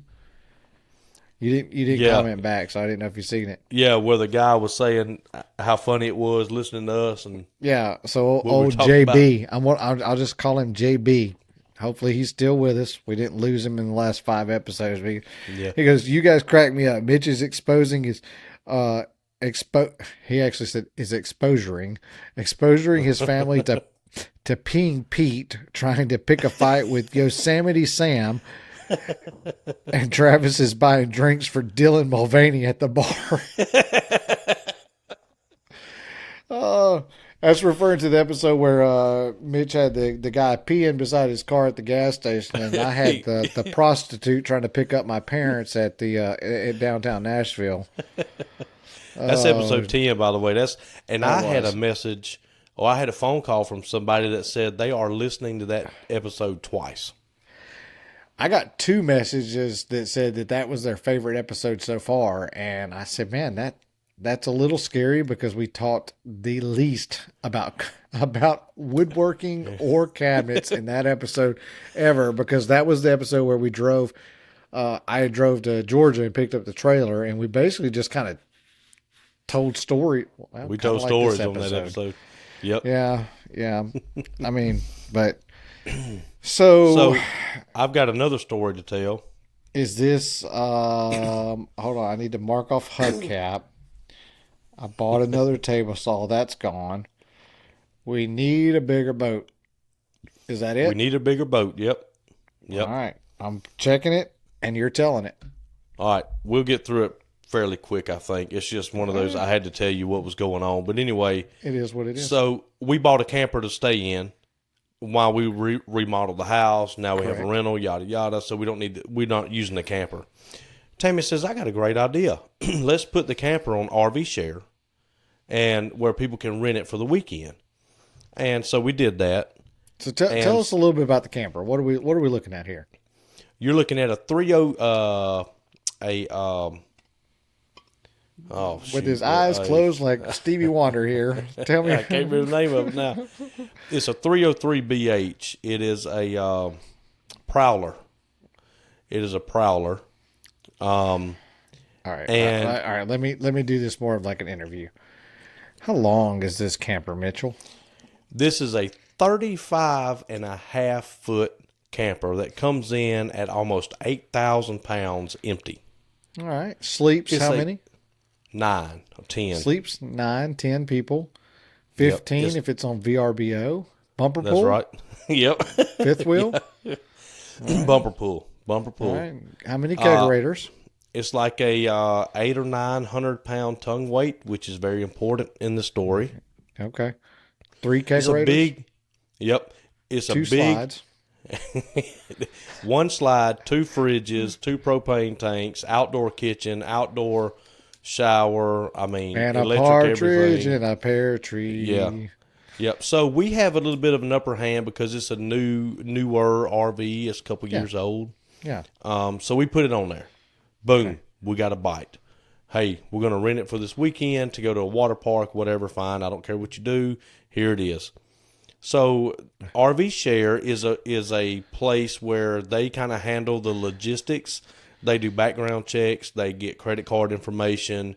You know, it's like a legit place to rent it out. It's like You're not just VRBO for campers. for campers. Yep. Yep. Can you put a And- stipulation on there? No boom boom in the master bedroom. I guess you could, but they're going to do it anyway. Unless they have kids. I'd have to Now, put that look. mattress in plastic. Oh, it is. It is, but I guarantee you. So if you go in an RV on an RV trip with your children, and your children are between the ages of 8 and whatever 20, boom boom really isn't a thing that happens with the kids in the camper. I'm just saying, unless you really want your kids to, know what's going on. But anyway, now that's when you send them out. It's the wind, kids. It's Yeah. just the wind. You send your kids out at the RV park and tell them to go, climb a tree or something like that. But anyway, so they It doesn't have to be a tall tree, kids. I just need a tree. Yeah, come back in an hour or 5 minutes, whatever it is. Anyway, so RV Share says, hey, call the guy who's renting your camper, right? Touch base with them, find out, hey, do you have any questions, whatever. So I call this dude. And this dude is like, yeah, I rent them all the time. They meant to rent a smaller one, but they wound up clicking on mine, whatever. So anyway, and I said, what kind of truck do you have? He says, I got a GMC Denali 1500. And I said, I said, what is your towing capacity? He said 10,000 pounds. I said, well, you're at 8 empty with this thing. You're at 9 loaded. By the time you put all your clothes in, pots, pans, food, all that stuff, you're 9,000 pounds. Well, it should be fine. I mean, it says it can haul 10. I said, okay, well, if you're comfortable with your transmission being on the side of the road, go ahead. I mean, it's not, it's not my problem. So do you have like sway hitches or anything on this? Nope. Or No. no anti-sways. There's nothing. Okay, so Nothing. because you really haven't towed this thing. I mean, you kind We of pulled it in the yard, basically. I mean, you towed it maybe a little bit, but yeah, we went 3 or 4 places. We went down to Foley in it, but we Okay. take back roads. We don't go on interstate. yeah. So I anyway, mean, plus you got a 2500. Like, right? Yeah, I mean, buddy, we gone. yeah. You know what I'm I saying? mean, you Like, got a oh, long, you got a long wheelbase, 25. I mean, you got 40-footed truck in front of this thing. Yep, it's long now.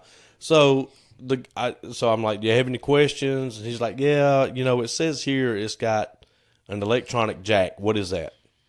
And I said, well, that's the tongue. You press a button, tongue goes up, press a button, tongue goes down. He said, okay, and it's got like electronic stabilizers. Does it auto level? And I'm like, no, it don't auto level, but your stabilizers are electric. You just hit a button, they come down, contact the ground. He's like, okay. And I said, well, the good news is this is the first time we're renting it. So you get a brand new water hose, drinking water hose. You get a brand new boo-boo pipe for emptying the black tank. You get a brand new mattress cover. And I said, and since we had to stay in this camper a little bit, we put a Tempur-Pedic mattress in it. He's like, for real? And I was like, oh, yeah. He's like, dude, because RV mattresses, junk. Oh, they're junk. So when he heard it had a Tempur-Pedic, he's all in. So they show up today. The dude sends me a text, I'm an hour out. I said, all right, cool. Sends me a text, I'm 30 minutes out. All right, cool. Sends me a text, hey, I'm here. Did you tell him I have a watch? Like, I mean, an hour out, I can do time from there. Yeah. I'm just glad the guy's, communicating or whatever. Yeah, so that's true. He shows up, and his truck is low. I mean, his truck is not lifted. It is low. Guy has a drop hitch on the back of an already low truck, and he's going to try to pull an 8,000-pound camper. And he backs up, and I'm like, okay, first of all, I told you it was a 2 5/16 ball. You got a 2-inch ball on here, and you got like a 3-inch drop. The jack was all the way down, wasn't even on the ball. I said, this is entirely too low. He's like, well, I think I might have another one. So he gets another one, and it's like kind of straight. It's got a little dip down, still way too low. Why didn't he just flip the 3-inch over? Well, he doesn't have tools or anything like that. Oh. He's one of these, like, look how much money I have, but I don't have a lot of sense. And I hate to be that way, but that's, he asked me, did he have to let the slide out in to haul it down the road? Well, you don't have to, but it sure is going to make it easier to clear the side of that bridge. I told him, I said, yeah, it probably wouldn't work too good if you, went down the interstate with a slide out on it. And I'm like, we're never going to see this camper again, dude.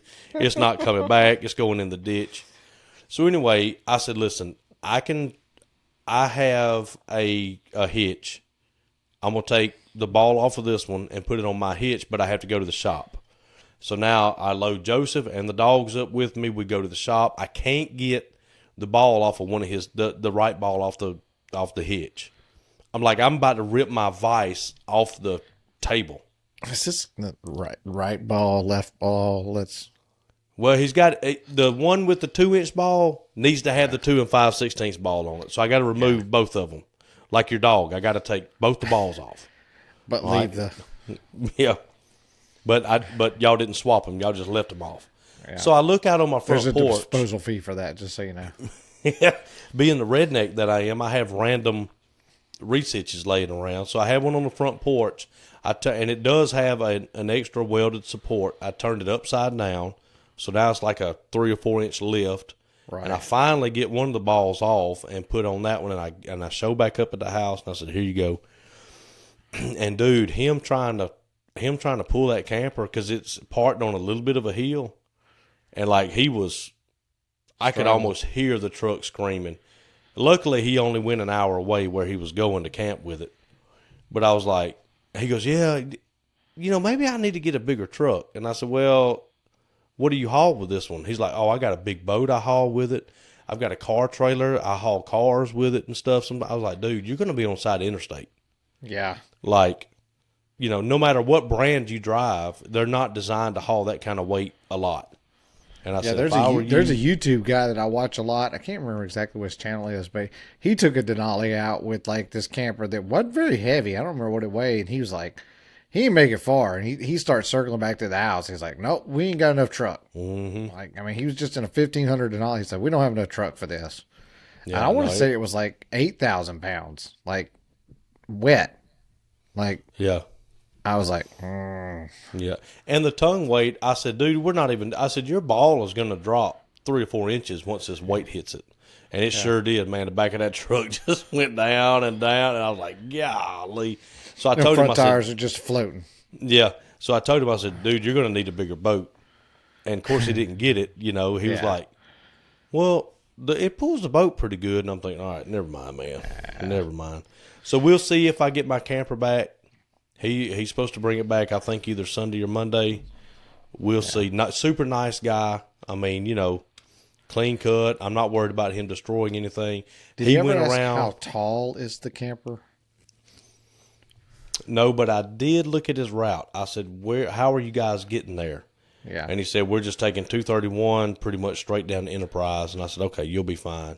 I mean, don't go downtown anywhere. Famous bridge in our hometown. he might show up on camera, yeah, you know, and make that sucker a convertible. And I told him, I said, you're going to be tempted to stop in Troy and go get something to eat. And I said, just don't. Just go and unhook and then drive and go get supper. Don't be hauling this thing around, you know, through a McDonald's parking lot. So I told Tammy, I said, look, we might get a camper back. We might not. I don't know. We'll see how I haven't got a phone call yet. I said, if you run into any problems, you call me. Yeah. But I haven't got a phone call yet, so we'll see how that goes. Not specific numbers, because I don't want you to tell all your business on this, but I mean, is it a decent return on something like this?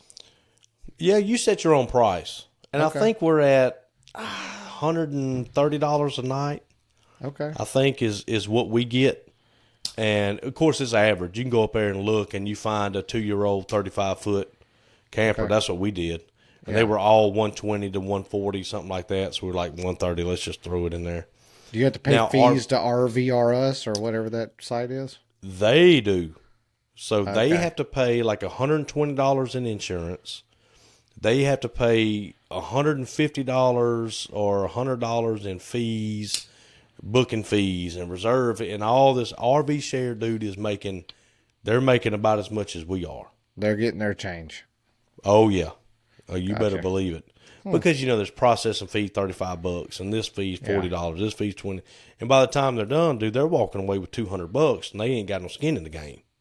Well, and there are sites, I don't know if this site does it, but like you can, like, let's just say you're city folk and you ain't got a truck to pull a camper, but you need something like that you can pay to have it like delivered and set up at a site. Yep. We have, I think it's $100 for every 20 miles or something like that. Tammy can tell you, but we will deliver it for a fee. Yeah. And I'll set it up for you, you know. Yeah, we'll do that. And we figured, you know, hey, it may get, you know, a piece of trim. They might knock it off. At the end of the day, it's a camper. It's not the Taj Mahal. Yeah. You know, and it's meant to be used. And if we can make a little money and let somebody else enjoy it besides it just sitting there. Because let me tell you something. If you have a camper, you better be running it. Well, that's just what I was fixing to say. Worst thing for a camper is for it to sit. Mm-hmm. That is the most deteriorating thing possible. It will survive being abused better than it will survive being not used at all. Yep. It's weird. So we went and pressure washed it, got it all cleaned up and all that stuff. Now you can put on there like a cleaning fee, $70. And then you can tell the people, hey, bring it back however you want to. You know, We'll take care of it. You don't have to take the trash out. You don't have to do anything. We'll take care of it. And so we know a young lady who wants to make extra money. So we put that in there.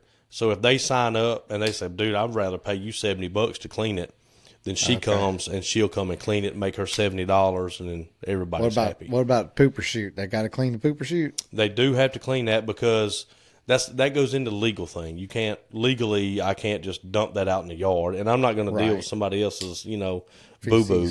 Yeah. So they do have to dump it. What I told him, I said, listen, don't worry about mopping the floors and dusting, but take your trash out, you know, put everything back where it goes and empty both your tanks. We won't have a problem.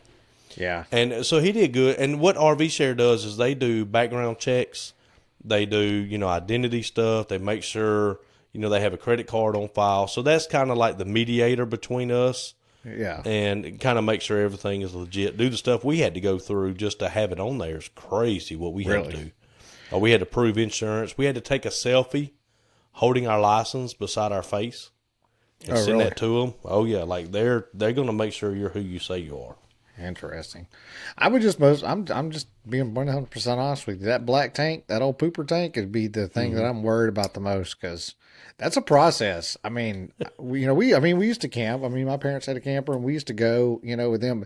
I mean, it ain't just pull the plug on that thing. I mean, it's you gotta have the magic wand to go down there and spray and spin her out. No, I don't know. Yeah, and leave water in it, rinse it out, and I dump, fill, dump, fill, dump, fill, dump. Yeah, drive with what I do, but my parents always drove with a bag of, put ice in it, drove around the park, and then that you put fill the water up, a little bit of water in it, put a couple of bags of ice in it. You circled the park, and then went back to the back to the dump, back to the dump. So I hope they have. I told him, I said, dude, enjoy it. Don't freak out about every little thing. And like I said, it's a nice camper because we bought it to live in it, so we wanted it to have amenities. Yeah. So got a hot tub see. On the roof. Not on the roof. It does have a bathtub in it though. Does it really? Yeah. Mm-hmm. It's a tiny bathtub. Don't get your hopes up. You ain't laying down in it, huh? But it does have a tub. You can pick which half you want to be submerged. Yeah. But it's got an outdoor kitchen. It's got an outdoor shower. Everything is electronic on it. Outdoor speakers. It's got a griddle in the back, fridge in the back. I mean, it's loaded, man. It really is. Nice. So I hope people can rent it and, have fun. If I know you and you want to rent it, just call me. Don't go through RV Share. I can save you $200 or $300. Yeah. But if I don't know you, you're gonna have to go through them. Yeah. And what else? Oh, wet room. I need to check that off. Yep. And I have to tell you about the cow trip. Oh yeah. I didn't put that on there. How did that go? I mean, I didn't so get a phone my brother call to and meet you for lunch or anything, but I mean that's cool. My feelings aren't hurt. I was working. We talked about that. Coleman's a little far anyway. Coleman's a little far anyway. Yeah, Travis didn't want to drive. So anyway, I told you that Chris said, "Hey, I don't like Chris that much." That's what it is. That's what it is. What are you doing this weekend or whatever? And I said nothing. So he goes, "All right, we won't be gone for 2 days." I said, "Okay." Finally figured out it was to go to a cow sale. And this is called the Cut Above Brangus sale. Okay. So every cow they sell there is top 20% of the breed. Okay. So it's no throwaway cows, it's no commercial livestock, anything like that. It's bougie cows is what it is. Okay. It's for bougie. It's little bougie cows now. So anyway, we go up there and we go out. So my brother partakes in some spirits from time to time. Some libations. Yep, and my mother has assigned me to make sure that he stays out of jail and doesn't get in trouble and all that. Hey, Miss Diane. So we go to a place and we eat. We Uber there. Now, that's one thing about him. He'll go out and he'll drink, but he will not drive. Yep. No reason to get a DUI in this world. No reason. No. Especially when you have, his job, it'd be a lot to lose. Yeah. So anyway, we Uber to this place called the 412 Public House. Very tiny place. It's about the size of my office here, but super good food, man. Really good food. So he goes and we eat, and then we Uber back to the hotel. And there's one Uber driver in Coleman. We called him, and then we said, we're going to need a ride back in a couple hours. Are you going to be here? He's like, I tell you what, in 2 hours, I'll turn my Uber back on. And so he comes and picks us up, and he goes, dude, you got helicopters flying around. Is that me? Yeah, it's you. Uh-uh. So he said, I turned my Uber back on. The driver did. He said 10 seconds later, your ride came through.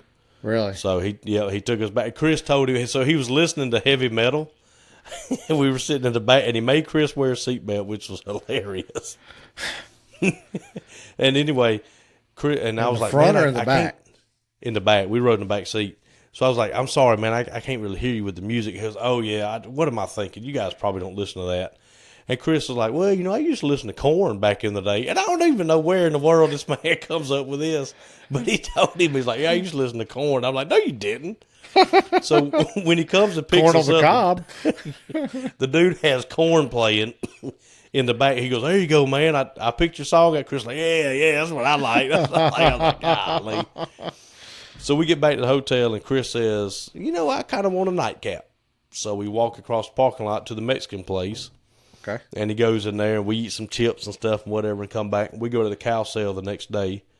Went really good. We wound up getting 6 cows. And then Chris had to stop for ice cream on the way back, believe it or not. So we stopped by Peach Park or wherever that is up in Clanton. Oh, yeah, Clanton. That's Clanton. Yep. And so he got him we both got a big old ice cream cone, like a couple of 5-year-olds. Of course, he pulls in there, with a cattle trailer, and there's poop all over the outside of the cow. And there's kids running around, and they're just, and all right. And I was like, golly. Which way to the peach ice cream? So anyway, that trip was, nothing crazy happened on it. He did shove me out in front of a car. So that was, anyway, they were in the Mexican place. They backed up and they almost hit us. Okay. And then so we're climbing the hill to the to the hotel. They come in right in front of us. And then we had to wait. And then we kept walking, the little pull through, the little covered area. Yeah. They pull in there, and Chris is like, fine. And he just shoves me out in front of the car. And I'm like, what are you doing? He's like, well, apparently they want to hit you. And so the lady gets out of the passenger seat, and she's like, is everything okay? And Chris is like, man, hell, I thought y'all was going to hit us. I thought y'all was going to hit us. Y'all ride, y'all done chase us down 3 times. And I'm like, okay, let's go. Let's go to the room. All right, it's over. It's over. Let's call this. What he didn't tell me was he had originally planned on his bride to go with him. So they got one room with a queen bed. And he divulges this information to me when we're opening the hotel room. He's like, oh, yeah, by the way, we ain't got nothing but a queen bed. And I'm thinking, man, you joking. Nope. We go in there and there's a queen bed. And I said, Chris, let me tell you something, buddy. This ain't about to happen. Whatever you think is about to happen is not about to happen.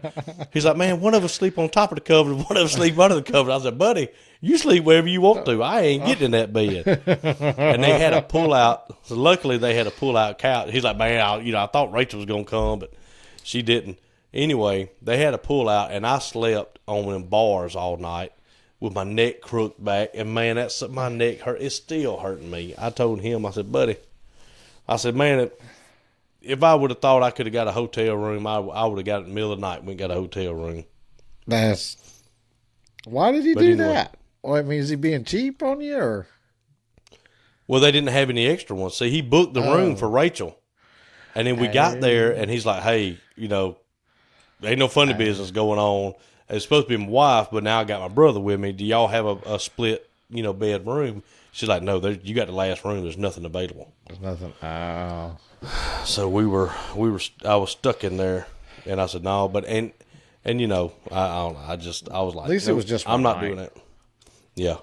It was just, so I texted him today, and when you want to send an audio file, yeah, like you hold the button down and talk and then send it.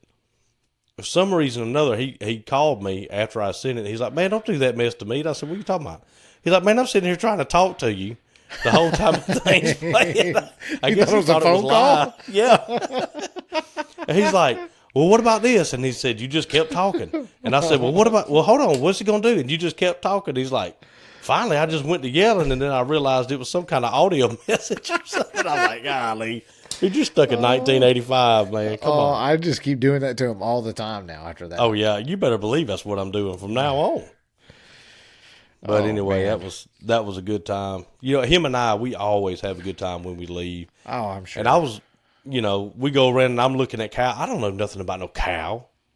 It's got 4 legs. And I'm in there trying to guess. They give you a book, and I'm writing down what I think each cow's going to sell for.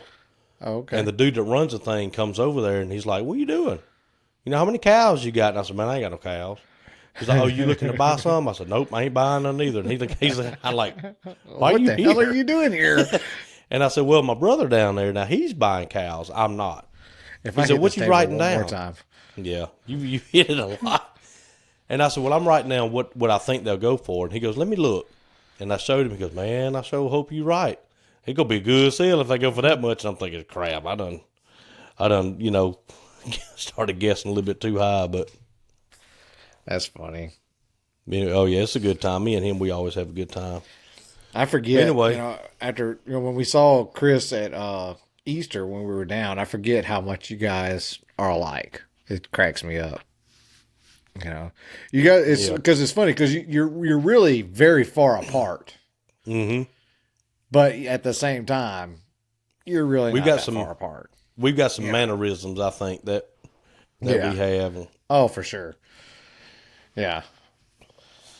He's not a dull person. But anyway, No, not that's at it. all. I had some other things, some work related stuff, but we're not going to go over that. We'll Well, save that one for next time. well, what do you have coming up? What I mean, so I know you're kind of in a lull. We talked about that, but so you've got Frank's install coming up, right? Yep. So And then Frank has another one right behind that. okay, Sam has one that we can start on, pretty much whenever he gives me the approval. And then we have the local job here that turned into a snowstorm, buddy. After I really? took it, it was the simple job that turned into a way not simple job. So all three of those are going to be doom, doom, doom. So we're going to be wide open. Now, our lady that got screwed over by the GC and the cabinet guy, she's still waiting. We hadn't heard anything back from her. I hadn't heard anything out of her. So she's still in pending mode. Okay. Yep. Okay. So you've got Frank's cabinets they're painted, ready to go, right? Like They're ready. I mean, they sitting on the trailer ready to go, or They're in the middle room. I don't even let them sit out there overnight anymore. I'm too nervous about it. Gotcha. I'll have a leak and it'll rain or something. No, I understand that. I'm going to send you a picture of what my middle room looks like right now. If I still have it. Nope, I don't have That it. middle room's not very big, if I remember right. That's the one? It's absolutely jam-packed. Last time I was there, that's the one that you've got. I wanted to say in between, in the middle, like between the, but that's obviously why you call it the middle room. But last time I was there, it's right outside the paint room, right where you had all the cabinets staged, and we were going through all the cabinets. Yep. Looking for the doors and all. Okay. Yep. And so it is slap. You can't hardly walk through there. It is slap packed, full of cabinetry, ready to go. So that's going to be good. There's nothing left to do except put them in. Yeah. That'll be nice. So I'm curious to see how it goes. I'm not necessarily involved in this project yet, but we took our first kitchen order that my partner's doing it. So I'm curious to see how it goes. Yep. But this is the first full kitchen we've done. Is it his first kitchen? Yep. Okay. Yep. So, I mean, I got the phone call, hey, we're going to do this. Might get a little, might have to bounce a little bit, So I'm curious to see how it goes. It's a small kitchen and a reno. Like, it's not like a new build or anything, but yeah.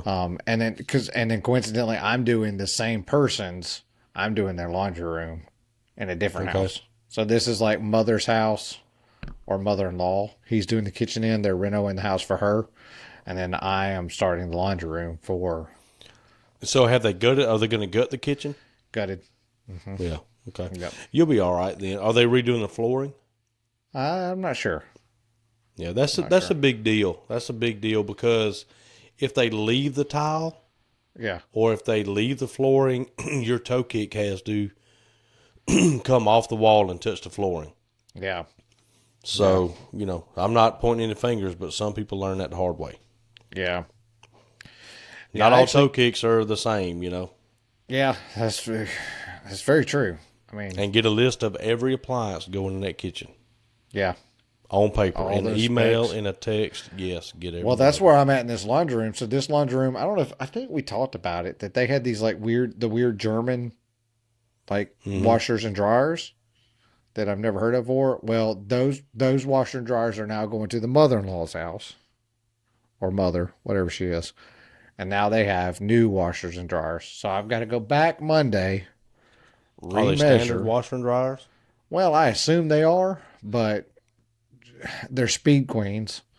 Oh yeah. Well then it's So I mean, they can't be that you crazy. But she wants me yeah. to come. I was like, "Can you just send me the make and model of them? They're the specs are online." She's like, "I'd rather you come and measure." I was like, "Well, okay. We're gonna add a trip charge to your total then." I mean, you have to. I mean, I'm not trying to be an A about it, but I Oh have yeah. to. I mean, Well, when I can get the specs online, and you're demanding essentially that I come and do a physical measure when I've already measured your space, I yeah. have to put a trip charge on you. Like, You have to have 60 inches left or right. Each one of them take up 30 inches. yeah, Even the speed queens, they're most of that stuff is well, pretty much all of our standard now. Now the height, if you're going to do overheads over them, I would do those 56 from the floor yeah, to the bottom of the overheads and leave. See, I leave in new construction. I leave 65. You got to look and see if there's a side vent. If there's and I know this is getting technical, but it's what we do.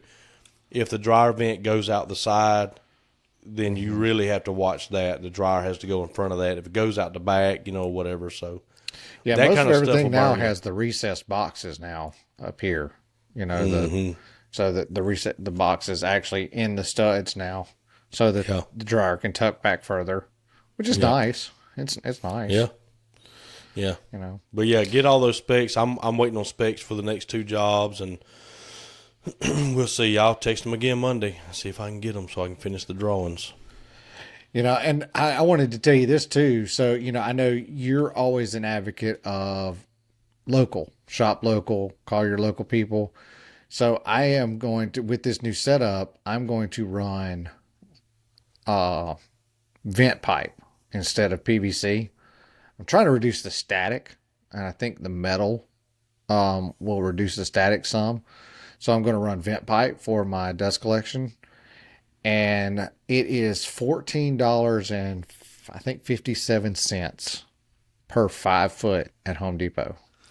Right. Mm-hmm. This is 4 inch, 5 foot long. Called a couple of HVAC supply companies. $7.77 Yep, bingo. for the same part. I mean, And all you do is you find somewhere that's close to part of the building and just run your little ground wire from your dust collector to the metal in the building. You're good. That's all you got to do on that. yeah. But just the difference, and the vent pipe is a better fit for all of the blast gates versus Yeah. PVC. If I use 4 inch sewer and drain pipe on the blast gates, I kind of got to put like a couple of rolls of tape on them to get them to seal. They're not as tight, but on that 4 inch vent pipe, it's way tighter, way better Yeah. fit. But just calling around, and I'll tell you even better. Another better way to do local. So I needed six. I bought six elbows from them, 690 degrees. Go to load up, and the guy hands me three. And I said, I think I need. I said, I thought I ordered six. And he said, did you? He said, that actually sounds right. He said, but I think I typed in three. So I go to pull the ticket, and I said, yeah, you only charged me for three. I said, but let me just go ahead and give me three more. I said, I'll come back and pay you. And he saw my tag, and I have a Operation Iraqi Freedom tag on my truck. And he said, oh, I see your tag, brother. He said, you said six. I messed up. Thank you for your service. This is on me. Take off. That's And I was like, awesome, man. I was like, man, I appreciate it. Like, I'll definitely recommend you guys. I'll definitely keep you in mind, in the future for other, other projects. It was just for one, it was super great service, which how much that we've talked about that, and that's such a rarity. But just I'm not a big wave my veteran status in front of people. It drives my kids nuts because like we go to events and they want you to stand up because you're a veteran, and I don't like doing that. Like my service was something that I did it for me. I didn't do it for any recognition for anything. But Just the fact that he did recognize it was pretty awesome, and I really did appreciate it. But just a super small company. Like I called them, great service on the phone. I actually couldn't find the location, to be honest with you. Called them back and I was like, "Hey man, your address is not showing up in Apple Maps. Well, I can't find you." And he's, of course, he gave me the real local directions. Yeah. That old oak tree where Tom lives. You turn left there. And I was like, I said, I'm not really familiar with the area. And he gave me really good specific instructions and a better address to put into the GPS and walk me right in. But just there's a lot of times that you're doing something, you're doing a project. Think about it. Call HVAC guy, electrical supply house, a plumbing pipe supply house. That Yep. will just they'll appreciate your business a lot more. They'll give you a better Yep. price. And they'll beat that box store. I mean, it was half the price. Yeah. Half. I mean, well, I told him, and he said, "Hold on, how much did I tell you that pipe was?" I said, "Hey, I'll pay $9 a pipe for it if you want. Right. If you want to charge me for it, that's fine. I mean, that's better than 14 something. I mean, it was it was crazy. I mean, it was literally half the price. So, don't use Google for good purposes. Find that. Find the local guy and see what they'll do for And you. the guy who owns Walmart and the Waltons, and the guy who's the CEO over Lowe's, he has no idea if you come in there and buy a box of screws. No. And he's just looking at the end of the month. He's looking at how many billions of dollars in revenue they had, and that's it. But if you go into Charlie's ductwork factory, he's going to be like, "Man, I had a veteran come by today, and new guy, we hadn't seen him before. I was able to help him out." And it's just, man, that's what America was designed to do. Yeah. And if you want to go to Lowe's, go to Lowe's. We're not saying that, but shop your local places first. Yeah. Go there first, and at least give the little guy a chance. You'll be surprised at how much better, customer service. A lot of times, better pricing. Because they want to earn your business. You know what I mean? Yeah.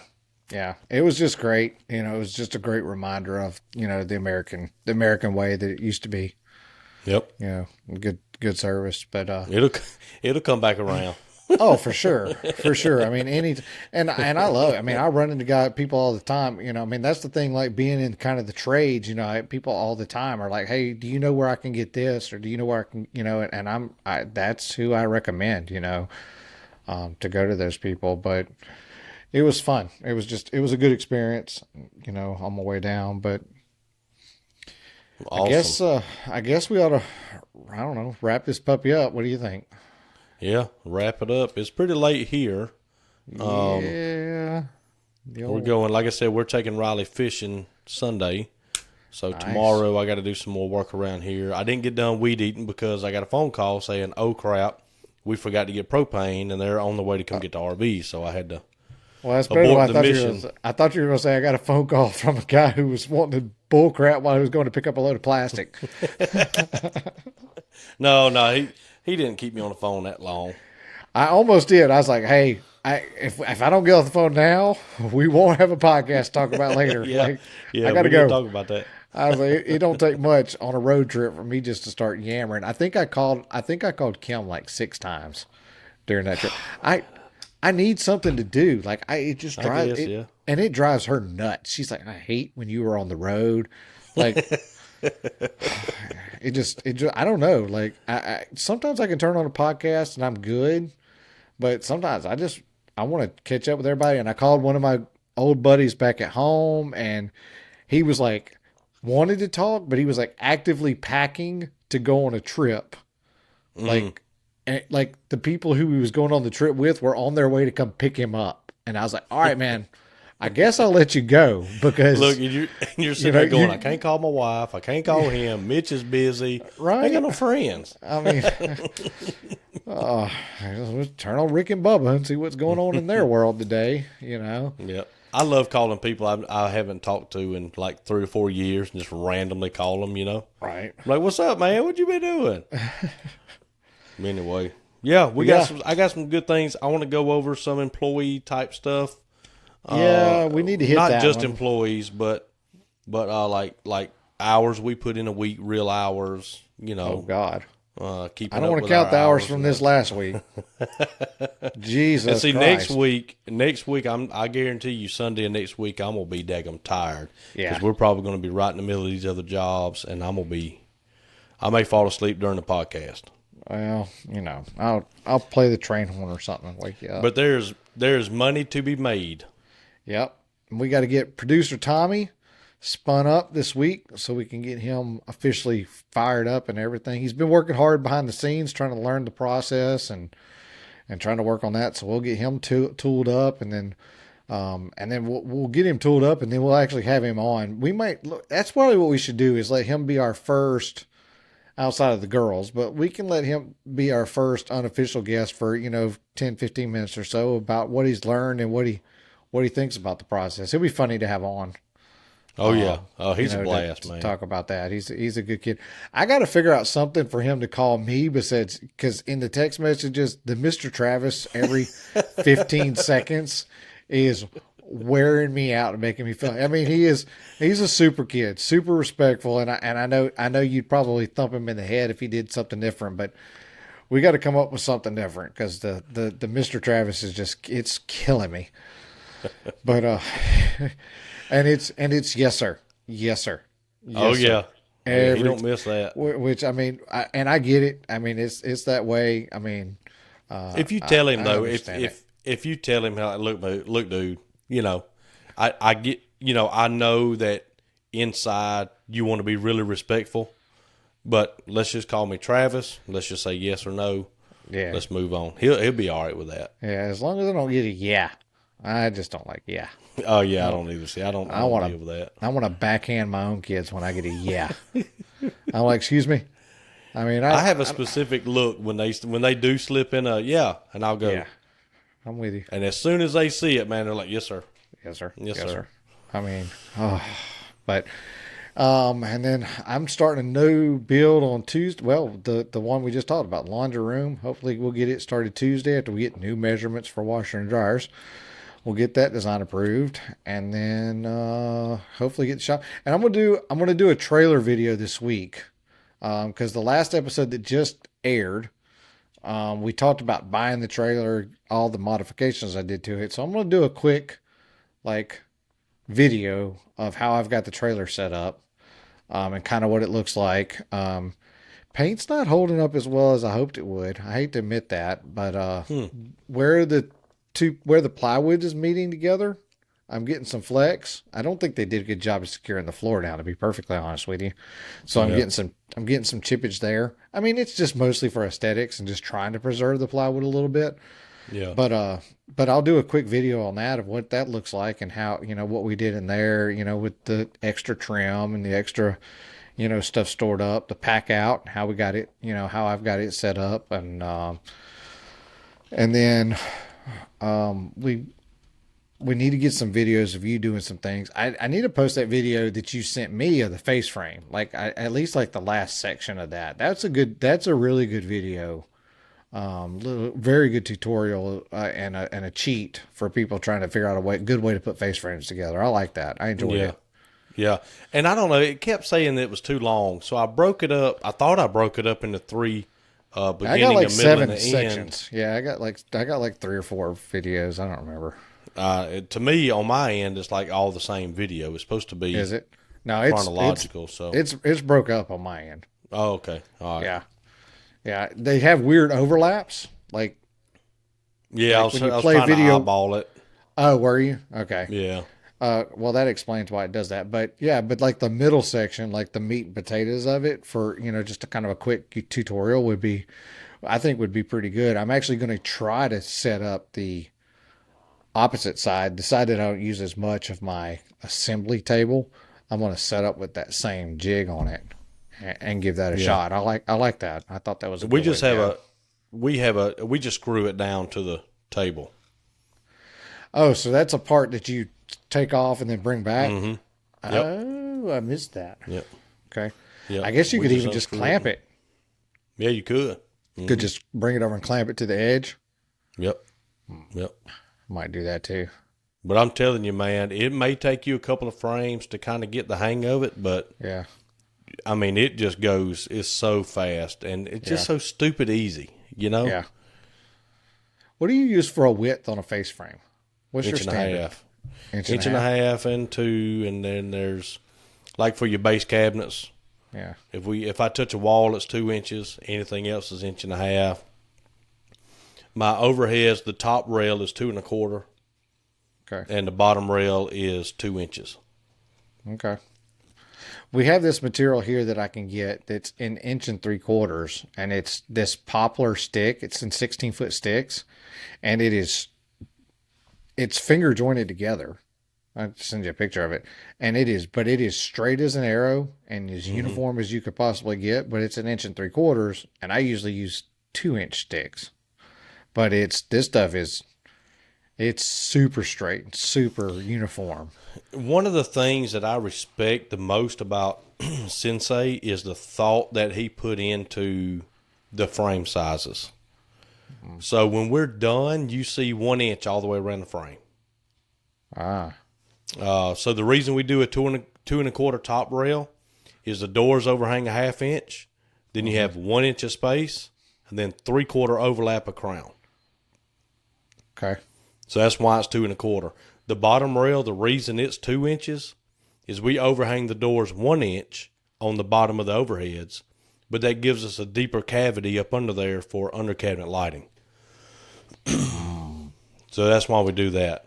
And I'm really anal about door gaps. Yeah. Like the distance in between doors. You know, we do half overlay, which is 1/2 inch. The doors are 1/2 inch bigger than opening on all around. So anyway, yeah, that's kind of what he does. But when you get done with a full kitchen, and around the outside of every box, you see 1 inch. Yeah. Even the overheads, you see 1 inch all the way around. It's amazing how much more even everything looks.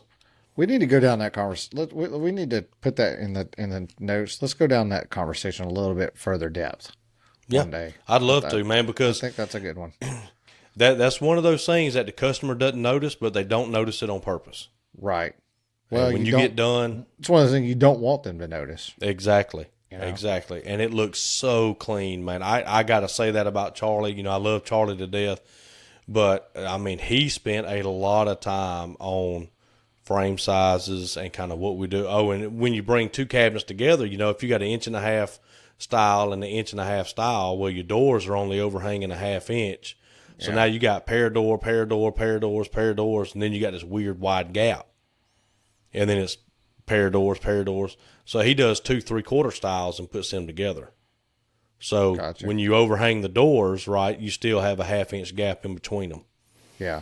So anyway, it's just he does a lot of stuff like that. It's really, you know, it's simple, but it makes a huge difference when you stand back and look at a whole wall of cabinets. Yeah. There's no weird gaps. There's no nothing. So I'll be honest with you, I never really thought about that, but I like that. Yeah. yeah, I'll send you a cheat sheet Okay. and like some pictures. We'll work on that this week. Because it's kind of one of those things where you kind of need to know a little bit ahead of time, you know, kind of what we're talking about, because it can get, you know, kind of confusing. Get kind of lost. Yeah. Yeah. That's cool. And I might FaceTime you tomorrow if you're around. I need to FaceTime you while I'm at the shop and see if you can help me figure out a layout, because I am upside down. I just can't figure out where to put a couple of things. But see if you maybe have an idea, maybe a fresh perspective of that. But then we'll circle back next week and see what's happened. Maybe we'll talk a little cabinets.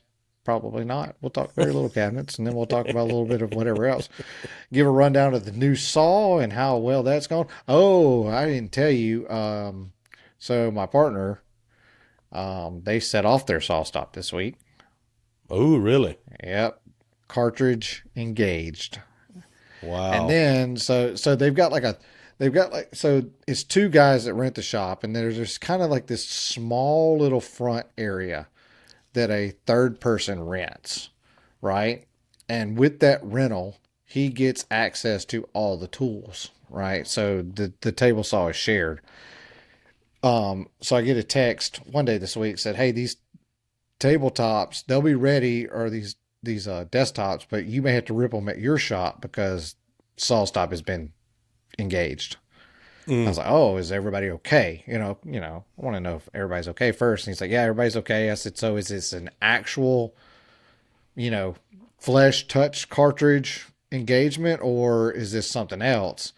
And he thinks that a tape measure or something, he didn't think it was skin that touched it. Definitely an error, not like Yeah. a nail in the board and got contact or anything like that. But anyway, in the process of it though, of trying to change the blade, the guy who set the cartridge off jacked up the arbor on the blade on the Oh saw man. stop, like severely jacked it up. Luckily for us, the area that we're in, they were able to have a saw stop technician out the same day That's and crazy. got it repaired and got it back up. Yeah, Mm. but I think the arbor had to be replaced.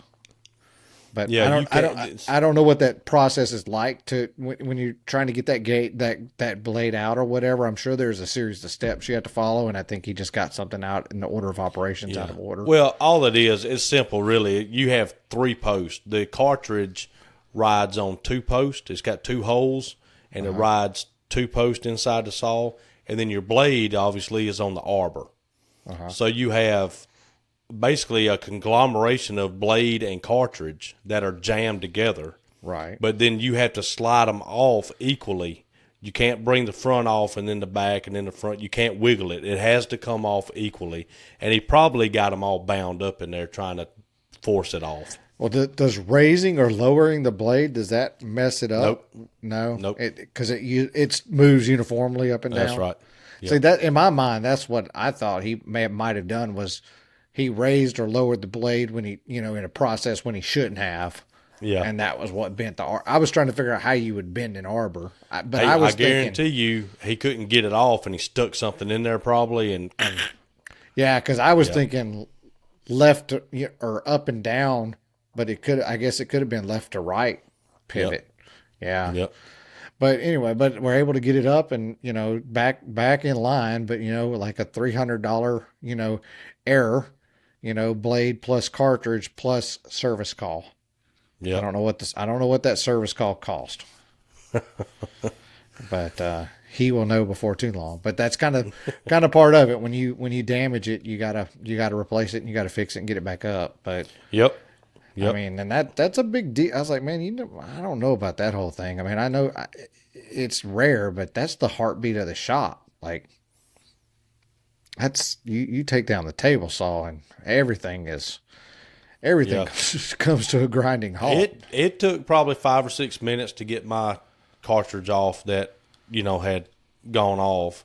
Yeah, And like I said, everything's jammed together, and it is a precision fit on those posts. yeah, So there's no wiggling. I mean, if you got to get and it can jam, and so it's a thing. But it's not bad. You just kind of have to take your time with it. yeah. But it's one of those things where yeah, it's sometimes if you do something like that, it can be a headache. But then $300 cheaper than a finger. yeah, I will say when that. when that finger goes in there or the wrist Yeah, or something goes across that blade and that sucker pops, then it's like okay, I got 10 minutes to change it. yeah. I did with this new saw. I did order the correct riving knife to match my blade so that I can keep my vacuum covered blade guard in place Yep. because I don't have that technology. So I deal with the inconveniences of running a blade guard 98% of the time. I mean, the only time I don't run the blade guard is when I can't push it's so close to the Yeah. blade guard I can't run a push stick through it, and you don't have a choice. But I'm I'm pretty diligent about running that blade guard across there. I mean, just because I don't have that technology, so I need something else to watch out for me. Well, if you get upset But about not having a saw stop or whatever, just go play with your Festool sander a little bit and you'll feel better. It were does like, yeah, but Mitch don't have one of these. It does make my heart warm. It does. It does. Next on the list, I got to get a Festool dust extractor. That's my next. Yeah. For as much on-site sanding as I do, I really, which I will say, if you don't want to do like a Festool or a Mirka or the Bosch is great, like dust extractor with the HEPA on it, you can take, and I've been running it for 2 years now, a rigid shop vac. You can put a bag in it, and then you can put a HEPA. You can actually put a HEPA filter on the rigid or on a shop vac, and it runs just as clean as a one of those higher end dust extractors. You just lose the good thing about the others is one hose storage. Mm-hmm. Like you have an ability to store the hose on, whereas a shop vac doesn't. And you don't get the, when I turn the tool on, the vacuum comes on. When I turn the tool off, the vacuum comes off because you're not plugging into the vacuum. You're plugging two things into the wall. Yeah. But if you need to get by for a while, I'm telling you, you can do it with a shop vac, a good hose and all. But I'm ready to switch over to. I do so much on-site sanding. I'm ready to switch over to one that will turn the vacuum off and on with the sander. Yep. Just from that aspect. But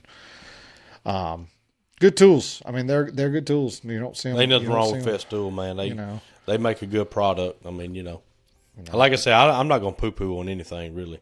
Well, I mean, I don't think I don't think everybody like a Capex miter saw. I don't have a need for that. Like I can't figure out. I can't justify that cost. Like I can't justify $1,500, miter saw. But I mean, I can justify a $600 sander all day, any day. I mean, there are absolutely. Some of them that I can justify, and some of them I can't. I mean, they're drill drivers and things. Can't justify that. Sorry, can't do it. But if I was being sponsored, I could. Well, all right. Well, I'm gonna go home and put my feet up, I think.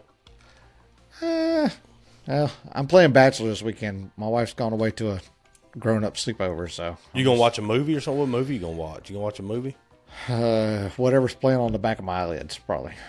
Yeah, I'll be there in 20 minutes. I'll be asleep. Right. I'm going to check on the dog, and then I'm going out. My daughter probably wants to go to bed since I've held her room hostage for all this time. Well, all right, man. I hope you guys have a good week, good weekend. Again, hey, go after something. Start that process. If you've already started the process, take one more step forward. Go after it. Corey, we hope you're doing good, man.